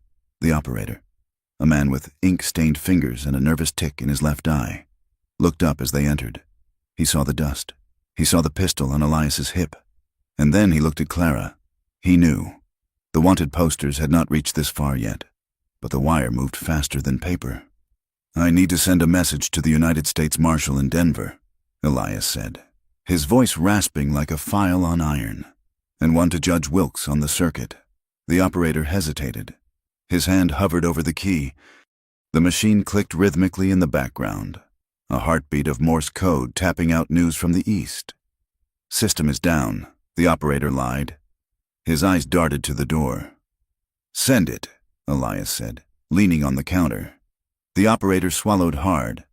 Look, mister, I do not want any trouble. Sheriff Crow sent a wire an hour ago. Said to keep an eye out for a rustler and a woman. Said they are dangerous. Said the woman is a killer. Clara stepped forward. She did not shrink back as she might have a week ago. She placed her hands on the counter. They were bruised, scratched, and dirty, but they were steady. Look at me, she said. The operator flicked his gaze to her, then away, as if looking at her would contaminate him. I said, look at me, Clara commanded. Her voice was not loud, but it cut through the hum of the room. The man looked. My name is Clara Voss. I am a seamstress. I mend shirts. I bake bread. I buried my husband 2 years ago. I am not a rumor. I am not a monster in a story someone told you. I am a woman standing in front of you, asking for the law to do its job. The operator blinked. He saw the exhaustion in her face. He saw the human terrified dignity that no wanted poster could capture. Please, Clara said softly, just send the message. Tell the judge we have the ledger. Tell him we are coming in. The door behind them opened. The sunlight was blocked out by the silhouette of a man. You will be doing no such thing, a voice boomed. It was not Crow. It was a deputy, flanked by 2 men wearing long dusters. But behind them, stepping out of a carriage that must have arrived on the morning stage, was Harlan Crow. He looked fresh, clean-shaven, and terrifyingly civilized against the backdrop of the dusty settlement. He had ridden hard, changing horses at every station, using the rail lines where he could. He was a man who did not let his property escape. There she is, Crow said, smiling a smile that didn't reach his eyes. The Black Widow and her pet wolf. Men began to gather outside. The rail workers, the saloon patrons, the women who were shopping at the mercantile. They stared at Clara with a mixture of fascination and revulsion. The story had arrived before her. To them, she was not a person. She was a scandal. She was the woman who killed a boy and ran off with a drifter. Take them, Crow ordered. Elias's hand dropped to his gun. His thumb broke the leather thong on the hammer. The air in the room turned brittle. Don't, Clara said sharp and low. Elias looked at her. He could drop the deputy. He could maybe even get Crow, but he would die doing it. And Clara would be left alone with the wolves. We do not fight them with bullets, Clara said, her eyes fixed on Crow. We fight them with the truth. She turned to the crowd that was pressing in at the door. I demand a hearing, she shouted. Her voice cracked, but she pushed through it. Judge Wilkes is in town. I saw his carriage at the hotel. I demand he hear me before you put chains on me again. Crow laughed. It was a rich, confident sound. The judge is tired. Clara, he does not have time for fairy tales from a murderess. I have the ledger, Clara screamed. The laughter stopped. Crow's face went still. The crowd shifted. The word ledger carried weight. Everyone in the territory knew that men like Crow kept books. A man stepped out of the crowd. He was older, wearing a black frock coat that had seen better days, carrying a medical bag. Dr. Thorne. He had treated Clara's husband after the accident that killed him. He was a man who had seen the way the town turned its back on the young widow. Let the woman speak, Doctor, Thorne said. His voice was gravelly and authoritative. She is a fugitive. Crow snapped. She is a citizen, Thorne countered. And if she has evidence, the law says she gets to show it. Or has the law changed since you pinned on that badge? Harlan? Crow looked at the doctor, then at the crowd. He saw the uncertainty. He could shoot them down, but there were too many witnesses now. He needed to win this the way he always won, by twisting the truth until it strangled his enemies. Fine, Crow said, slicking back his hair. Bring the judge. Let us have a show. The hearing was held in the freight hall of the depot. It smelled of sawdust and raw pine. There were no benches, so the townsfolk stood, pressing in tight, a wall of judging eyes. Judge Wilkes sat at a table on a raised platform, looking pale and smelling of gin. He was a man who preferred easy verdicts and comfortable dinners, and he looked unhappy to be there. Clara stood in the center of the room. Elias stood just behind her, his body angled to shield her from the crowd, his hand never leaving the vicinity of his belt. Crow paced the floor like a lawyer. He painted a picture of Clara that was grotesque in its detail. He called her a seductress. He claimed she had lured Samuel Dillard to the riverbank with promises of affection, then robbed him and bashed his head in when he resisted. He claimed Elias was a known rustler who had been paid with stolen gold to break her out. He played the crowd like a fiddle. He used their prejudice as ammunition. "Look at her," Crow said, gesturing to Clara's torn dress, her dust-streaked face. "Is this a respectable woman, or is this a woman who has rejected every decency this society offers? She runs with outlaws. She sleeps in the dirt. She bites the hand of the law that tried to protect her." The crowd murmured. Women turned their faces away, pulling their children closer. Men glared, seeing in Clara every woman who had ever rejected them. Clara felt the shame rising, hot and suffocating. It would be so easy to crumble, to let the tears come, to beg. But then she felt Elias's presence at her back. He did not speak. He did not interrupt. He simply stood there, a solid wall against the world. He was letting her own this. Clara straightened her spine. She reached into her pocket and pulled out the bundle of letters they had taken from the safe. Elias produced the ledger from his coat. "I did not kill Samuel Dillard," Clara said. Her voice shook at first, then steadied. "But I know why he died." She opened the ledger. She read the entry aloud. The date, the amount, the name Dillard, and her own name. No cost. "Sheriff Crow came to my home," Clara said, looking directly at the women in the front row. "He told me he wanted to help me. He told me a widow needed a man's protection. But when I said no, when I told him I would not trade my body for his favor, he got angry." She took a breath. The silence in the hall was absolute. "He told me I was ungrateful. He told me I was dangerous. He started watching my house. And when the railroad deal came up, and he needed the Dillard land, he saw a way to get rid of the boy and punish me at the same time." She looked at the judge. "I have been humiliated," she said. "I have been dragged through the street in chains. I have had my home taken, my letters read, my name turned into a curse. And for what? Because I would not bow? Because I wanted to live my own life?" She pointed a trembling finger at Crow. "He does not protect the law. He sells it. And he killed Samuel Dillard to close a deal." Crow's face was purple. "That is a forgery," he shouted. "That book is stolen property." "Doctor," Thorne stepped forward. "I treated Mrs. Voss for bruises on her arm 3 weeks ago," he said clearly. "Finger marks, large ones. She told me she fell, but they looked like a man's grip to me. A man trying to force someone." The crowd wavered. The ledger was damning. The testimony was powerful. But Crow was power incarnate. He had money. He had guns. Judge Wilkes looked at the ledger, then at Crow. He looked at the angry men in the back of the room who were on Crow's payroll. He wiped sweat from his upper lip. "This evidence is circumstantial," Wilkes stammered. "The book could be anything. And the woman is a fugitive who broke jail. That is a fact." Elias stepped forward then. "And what about the deputy who tried to kill us in the mountains? What about the old man, Rourke, who was murdered in his own yard yesterday?" The judge flinched. "Murder?" Crow stepped in, smooth as oil. "Rourke was resisting arrest. He drew on my deputies. It was tragic, but necessary." The judge looked at the papers.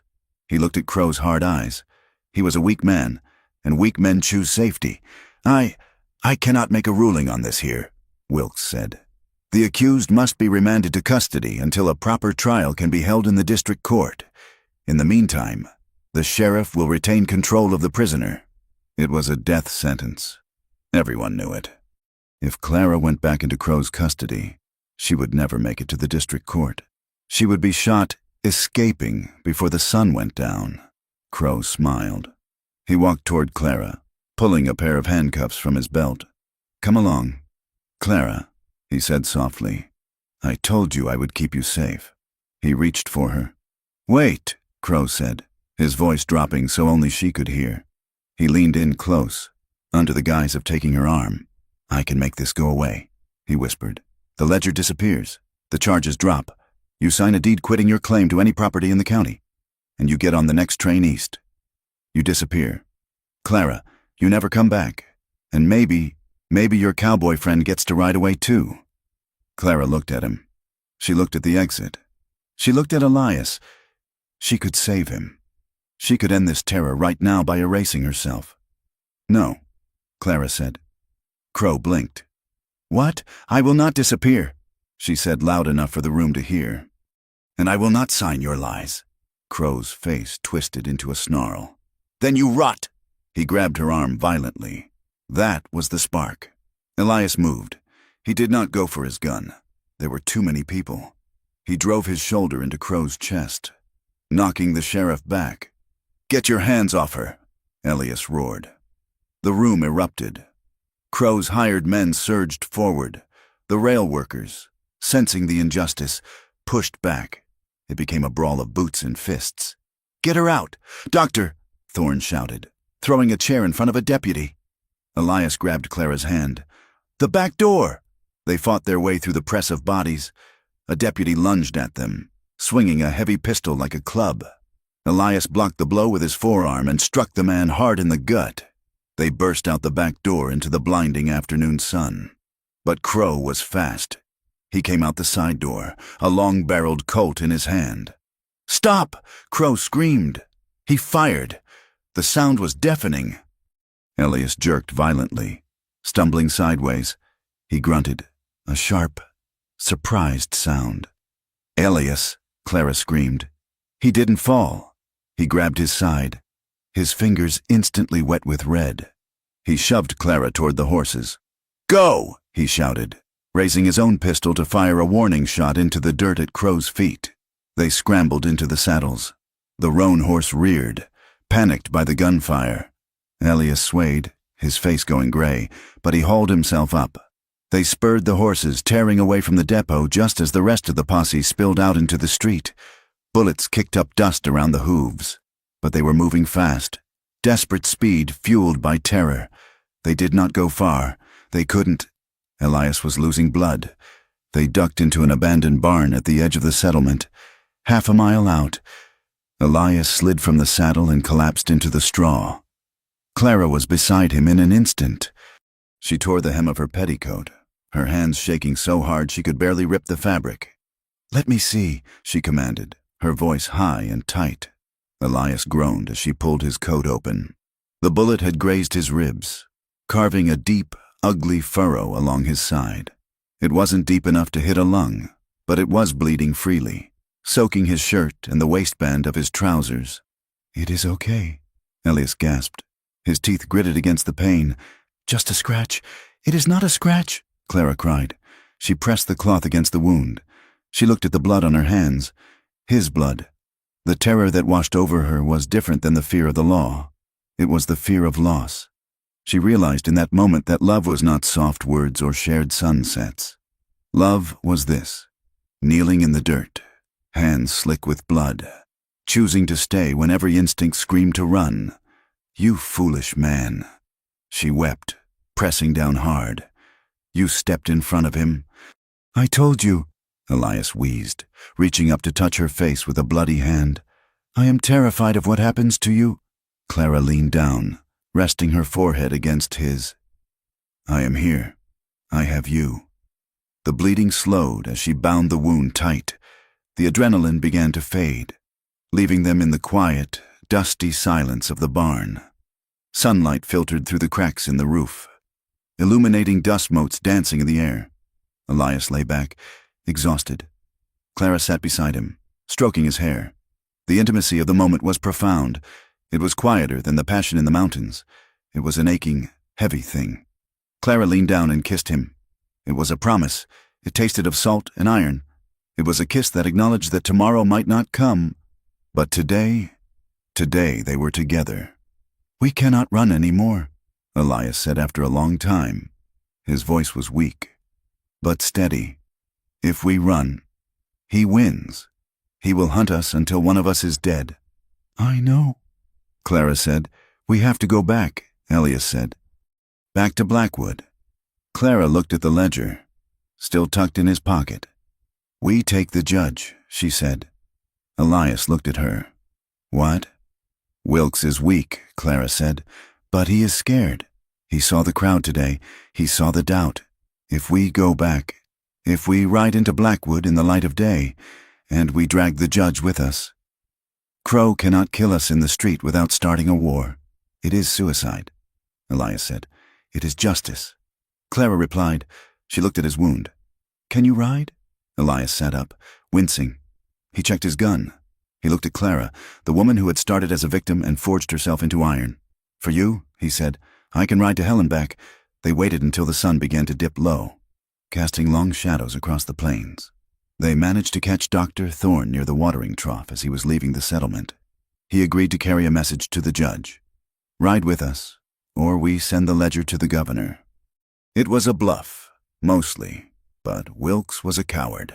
And cowards fold when the wind changes. The procession that left Silver Creek that evening was a strange, caravan-like sight. Clara rode in front. She sat upright in the saddle, her back straight, her chin high. She wore no chains. She held the reins with bruised hands. Elias rode beside her, pale and favoring his left side, but armed and watching the horizon. Behind them, in a carriage driven by Dr. Thorne, sat Judge Wilkes, looking like a man being marched to the gallows. They were not running away. They were heading west, back toward the setting sun, back toward the town that had spit them out, back toward Harlan Crow. The wind picked up, howling across the flats. But Clara did not bow her head. She looked straight ahead, toward the darkening horizon where Blackwood waited. She deserved justice, and she was going to go get it. The sun hung directly overhead. A white-hot coin punched into a sheet of pale blue steel. It was high noon in Blackwood, the hour when shadows vanished and the truth had nowhere to hide. The town lay quiet under the heat, but it was a tense, vibrating silence, like the air before a lightning strike. The street looked exactly as it had the day Clara Voss was dragged through it in irons. The boardwalks were warped by the same sun. The dust lay just as thick on the hitching rails, and the windows of the mercantile still displayed the same bolts of calico. But the woman riding down the center of the thoroughfare was not the same woman who had left. Clara sat upright in the saddle of a borrowed gelding, her spine stiff as a rifle barrel. She wore a dress dusty from the trail, and her face was brown from the wind. But her eyes were clear. She did not look down. She did not hide. She rode with the ledger tucked securely inside her jacket, pressed against her heart. Beside her, Elias Boone rode the roan. He sat with a slight list to the left, favoring the side where the bullet had grazed his ribs. His face was drawn, the skin tight over his cheekbones, but his right hand rested easily on his thigh, inches from the worn walnut grip of his Colt. Behind them, the carriage creaked and groaned. Judge Wilkes sat inside, sweating profusely in his wool suit, looking like a man who was being marched to his own execution. Dr. Thorne drove the carriage, his face grim and set. They did not sneak in. They did not use the alleys. They rode straight down Main Street, the horses' hooves kicking up clouds of gold dust. Sheriff Harlan Crow was waiting. He stood on the steps of the jailhouse, his thumbs hooked into his gun belt. He had not underestimated them this time. 6 deputies stood in a semicircle around him, Winchesters cradled in their arms. On the roof of the hotel across the street, the sun glinted off a rifle barrel. Crow had turned the street into a kill box. He smiled as they approached, a practiced expression of weary patience meant for the audience watching from behind curtained windows. "Welcome back, Clara," Crow called out. His voice was smooth, carrying easily in the still air. "I see you have brought the judge. That saves me the trouble of wiring him." Clara pulled her horse up 10 yards from the steps. The silence that followed was heavy. The townspeople began to filter out of the saloon and the general store. Drawn by the spectacle, they stood on the periphery, whispering. The sound rippled like wind through dry grass. "Look at her. She looks wild. Is that the drifter? I heard he was dead. She's got some nerve coming back here." Crow took a step down. He held up a hand, palm out. "You are making a scene. Clara, you have had your run. Now, get down from that horse before someone gets hurt. You are a fugitive from lawful custody." "I am not a fugitive," Clara said. Her voice was not loud, but it was steady. It did not tremble. "I am a citizen of this town, and I have brought the law with me." Crow chuckled, shaking his head. "You brought a hostage. Clara, Judge Wilkes looks like he's about to faint. Now, step down. I will take you into custody, and we can sort this mess out inside, quietly, to protect your dignity." He reached out his hand, just as he had done so many times before, a gesture that looked like help but felt like a cage. "Come on, girl. Do not make this harder than it has to be." Elias nudged the roan forward. He moved the horse until he was physically between Clara and the sheriff, blocking Crow's line of sight. He did not draw his weapon. He simply sat there, a wall of horse and man. "Step aside, Boone," Crow warned, his hand dropping to his pistol. "You are interfering with an officer of the law." Elias looked down at him. His eyes were dark and flat, void of any fear. "She is not going inside with you," Elias said. Crow sneered. "And who are you to decide that? A drifter? A rustler?" Elias leaned forward slightly, resting his forearm on the saddle horn. "I am the man who watched you drag her through the dirt," Elias said. His voice was low, but it carried a weight that silenced the whispers in the street. "You treated her like an animal because she told you no." He paused, letting the words sink in. "She deserved justice." "Crow, not chains," a murmur went through the crowd. It was the first crack in the dam. Crow's face tightened. He looked at the deputies. "Arrest them, both of them. If they resist, shoot them down." "Wait!" the shout came from the carriage. Judge Wilkes stumbled out. "Doctor!" Thorne gripping his elbow to steady him. The judge looked at the rifles pointed at him, then at the ledger Clara had pulled from her jacket. He looked at Crow, and for the first time, his fear of the sheriff was outweighed by his fear of the truth being buried along with him. "There will be no shooting," Wilkes stammered, wiping his face with a handkerchief. "Not yet. The woman claims to have evidence." "Evidence," Crow spat. "She has a stolen book full of lies she wrote herself." "Read it," Clara shouted. She threw the ledger. It spun through the air and landed in the dust at the judge's feet. It fell open, the pages fluttering in the slight breeze. Judge Wilkes bent down and picked it up. His hands shook. He adjusted his spectacles. "Read the entry for the Dillard parcel." Clara commanded, "Read it out loud so every man and woman in this town can hear it." Wilkes cleared his throat. He looked at the page. September 4th. He read, his voice thin and reedy. "Payment to Samuel Dillard, $50. Notation: refusal to sell, obstruction." He turned the page. September 7th. Payment to H. Crow, $500. Source: Union Pacific Land Trust. Notation: acquisition fee for river parcel pending removal of obstruction. The crowd went silent. Removal of obstruction.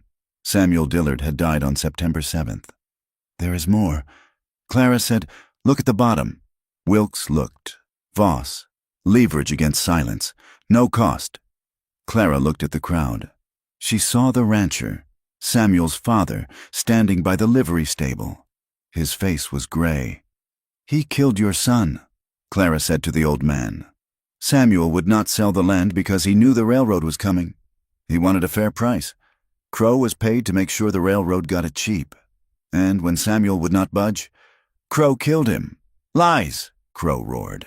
He took a step forward, his hand hovering over his gun. "She is twisting it. She killed the boy. She is a whore who seduced him and then robbed him." "Doctor." Thorne stepped forward then. He walked into the center of the street, placing himself next to the judge. "I examined the body," Thorne said. His voice was deep and resonant. "And I examined Clara Voss 2 weeks before the murder. She had bruises on her arms, finger marks, large ones. She told me she fell, but I know what a man's grip looks like." Thorne turned to face Crow. "You were squeezing her. Harlan, you were threatening her. I saw you watching her house. I saw you following her." Crow looked around. The deputies were lowering their rifles. The crowd was shifting. The invisible wall of respectability he had built around himself was crumbling. He saw the doubt in the eyes of the shopkeeper. He saw the anger in the eyes of the Dillard family. He turned his glare on Clara. He decided to burn it all down. "You think they care?" Crow snarled, pointing a shaking finger at her. "Look at you. You are nothing. You are a widow who could not keep a husband. You are a woman who runs around the mountains with a saddle tramp. You think because you have a book, you are clean?" He took a step toward her, his voice rising to a fever pitch. "Everyone knows what you are. Clara, you like the attention. You opened the door.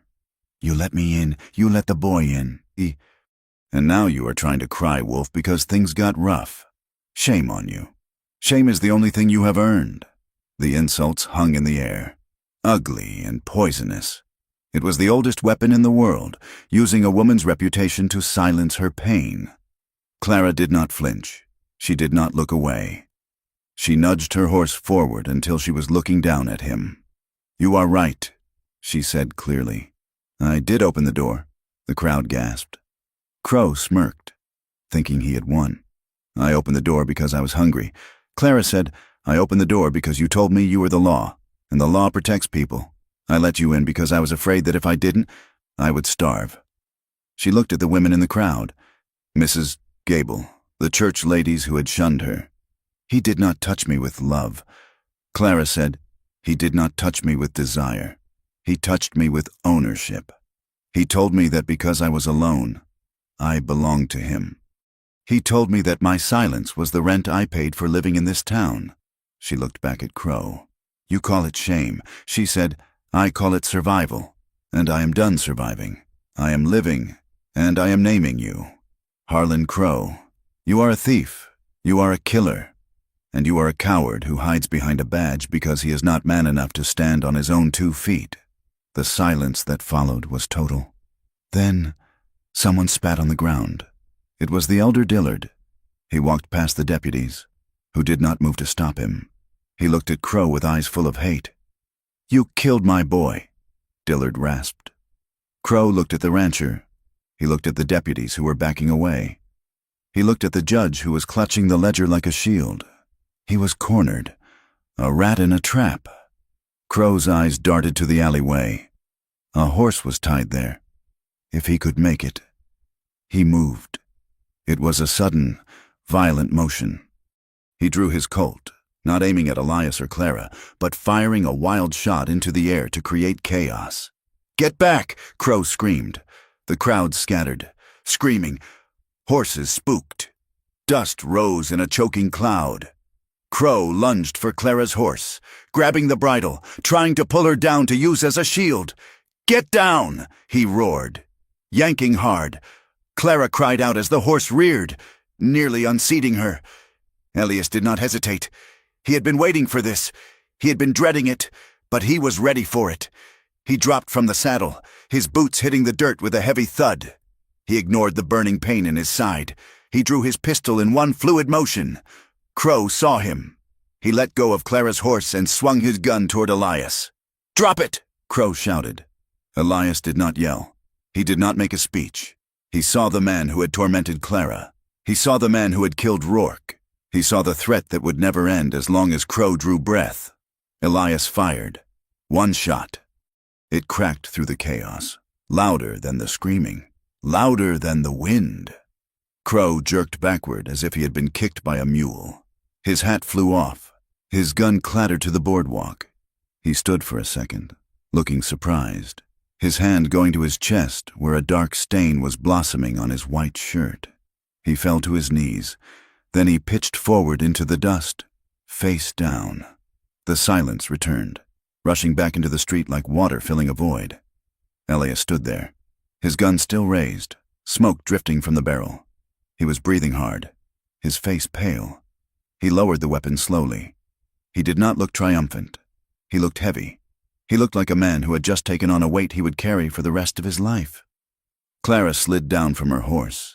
She pushed through the dust, ignoring the staring eyes. She went to Elias. She did not look at Crow's body. She looked at Elias.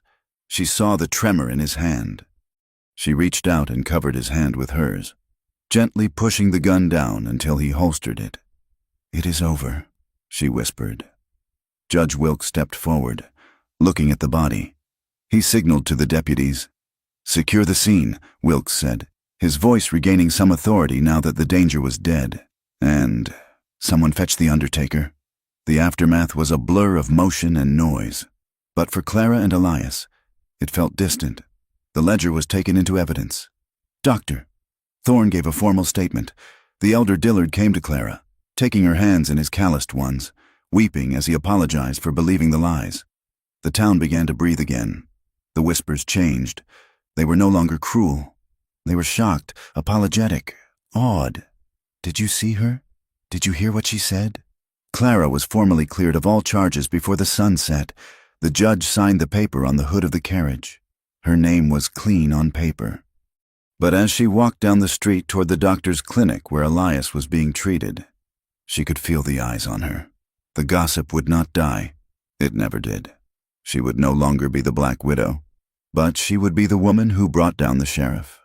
She would be the woman who slept in the mountains. She would never just be Clara again. She found Elias sitting on the edge of a cot in the back room of the clinic. "Doctor." Thorne had rebandaged his side and given him a stiff drink of whiskey. Elias was staring at the floor, his hat in his hands.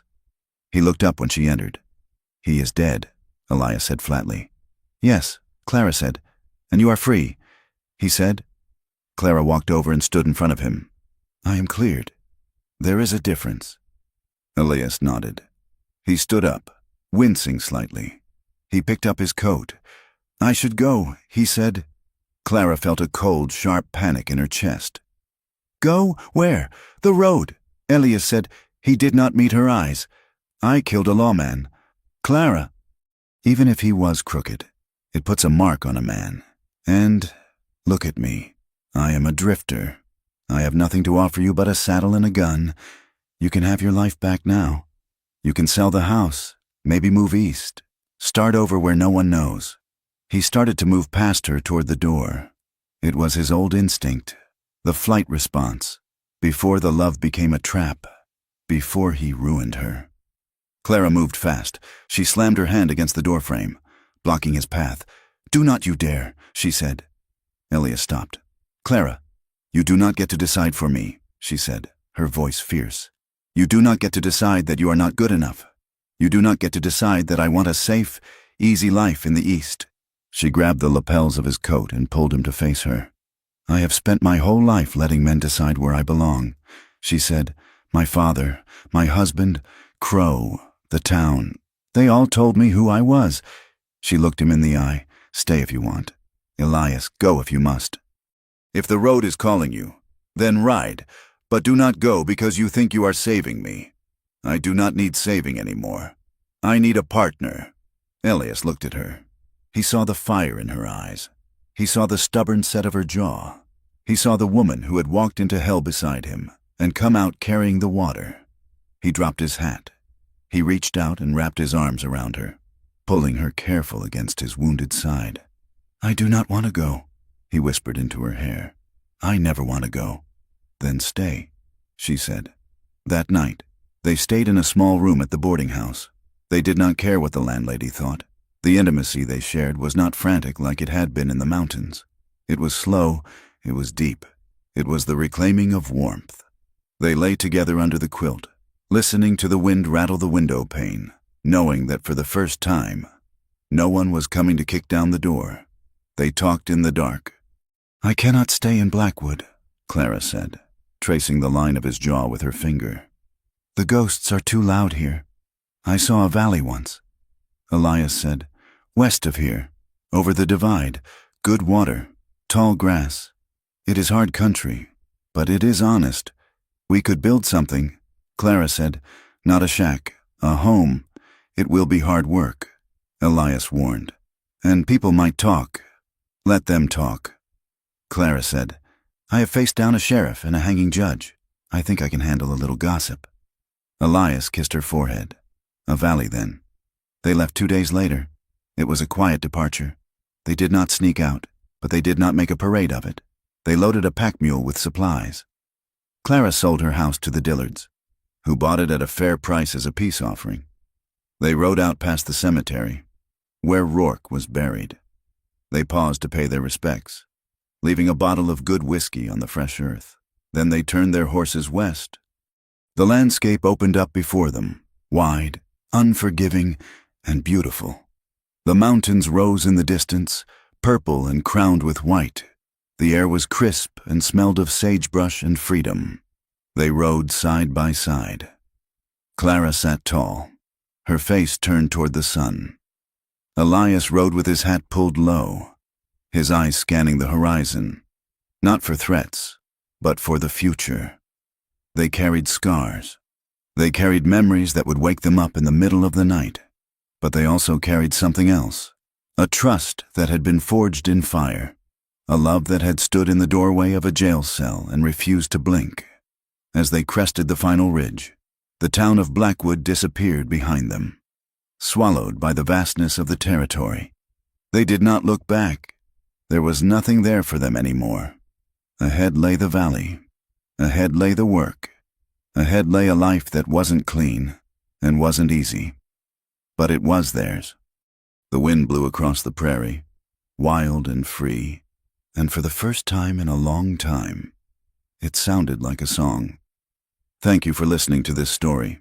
I hope you enjoyed the journey of Clara and Elias as much as I enjoyed writing it for you. I would love to hear from you. Please leave a comment down below and tell me where you are listening from. It is always amazing to see how far these stories travel. If you enjoyed this tale of justice and grit, please make sure to subscribe to From Wild West. We have many more stories to tell about the frontier, the people who survived it, and the love that bloomed in the hard places. Please share your thoughts on the ending in the comments in English. Did they make the right choice leaving town? I look forward to reading your words. Until next time, keep your eyes on the horizon.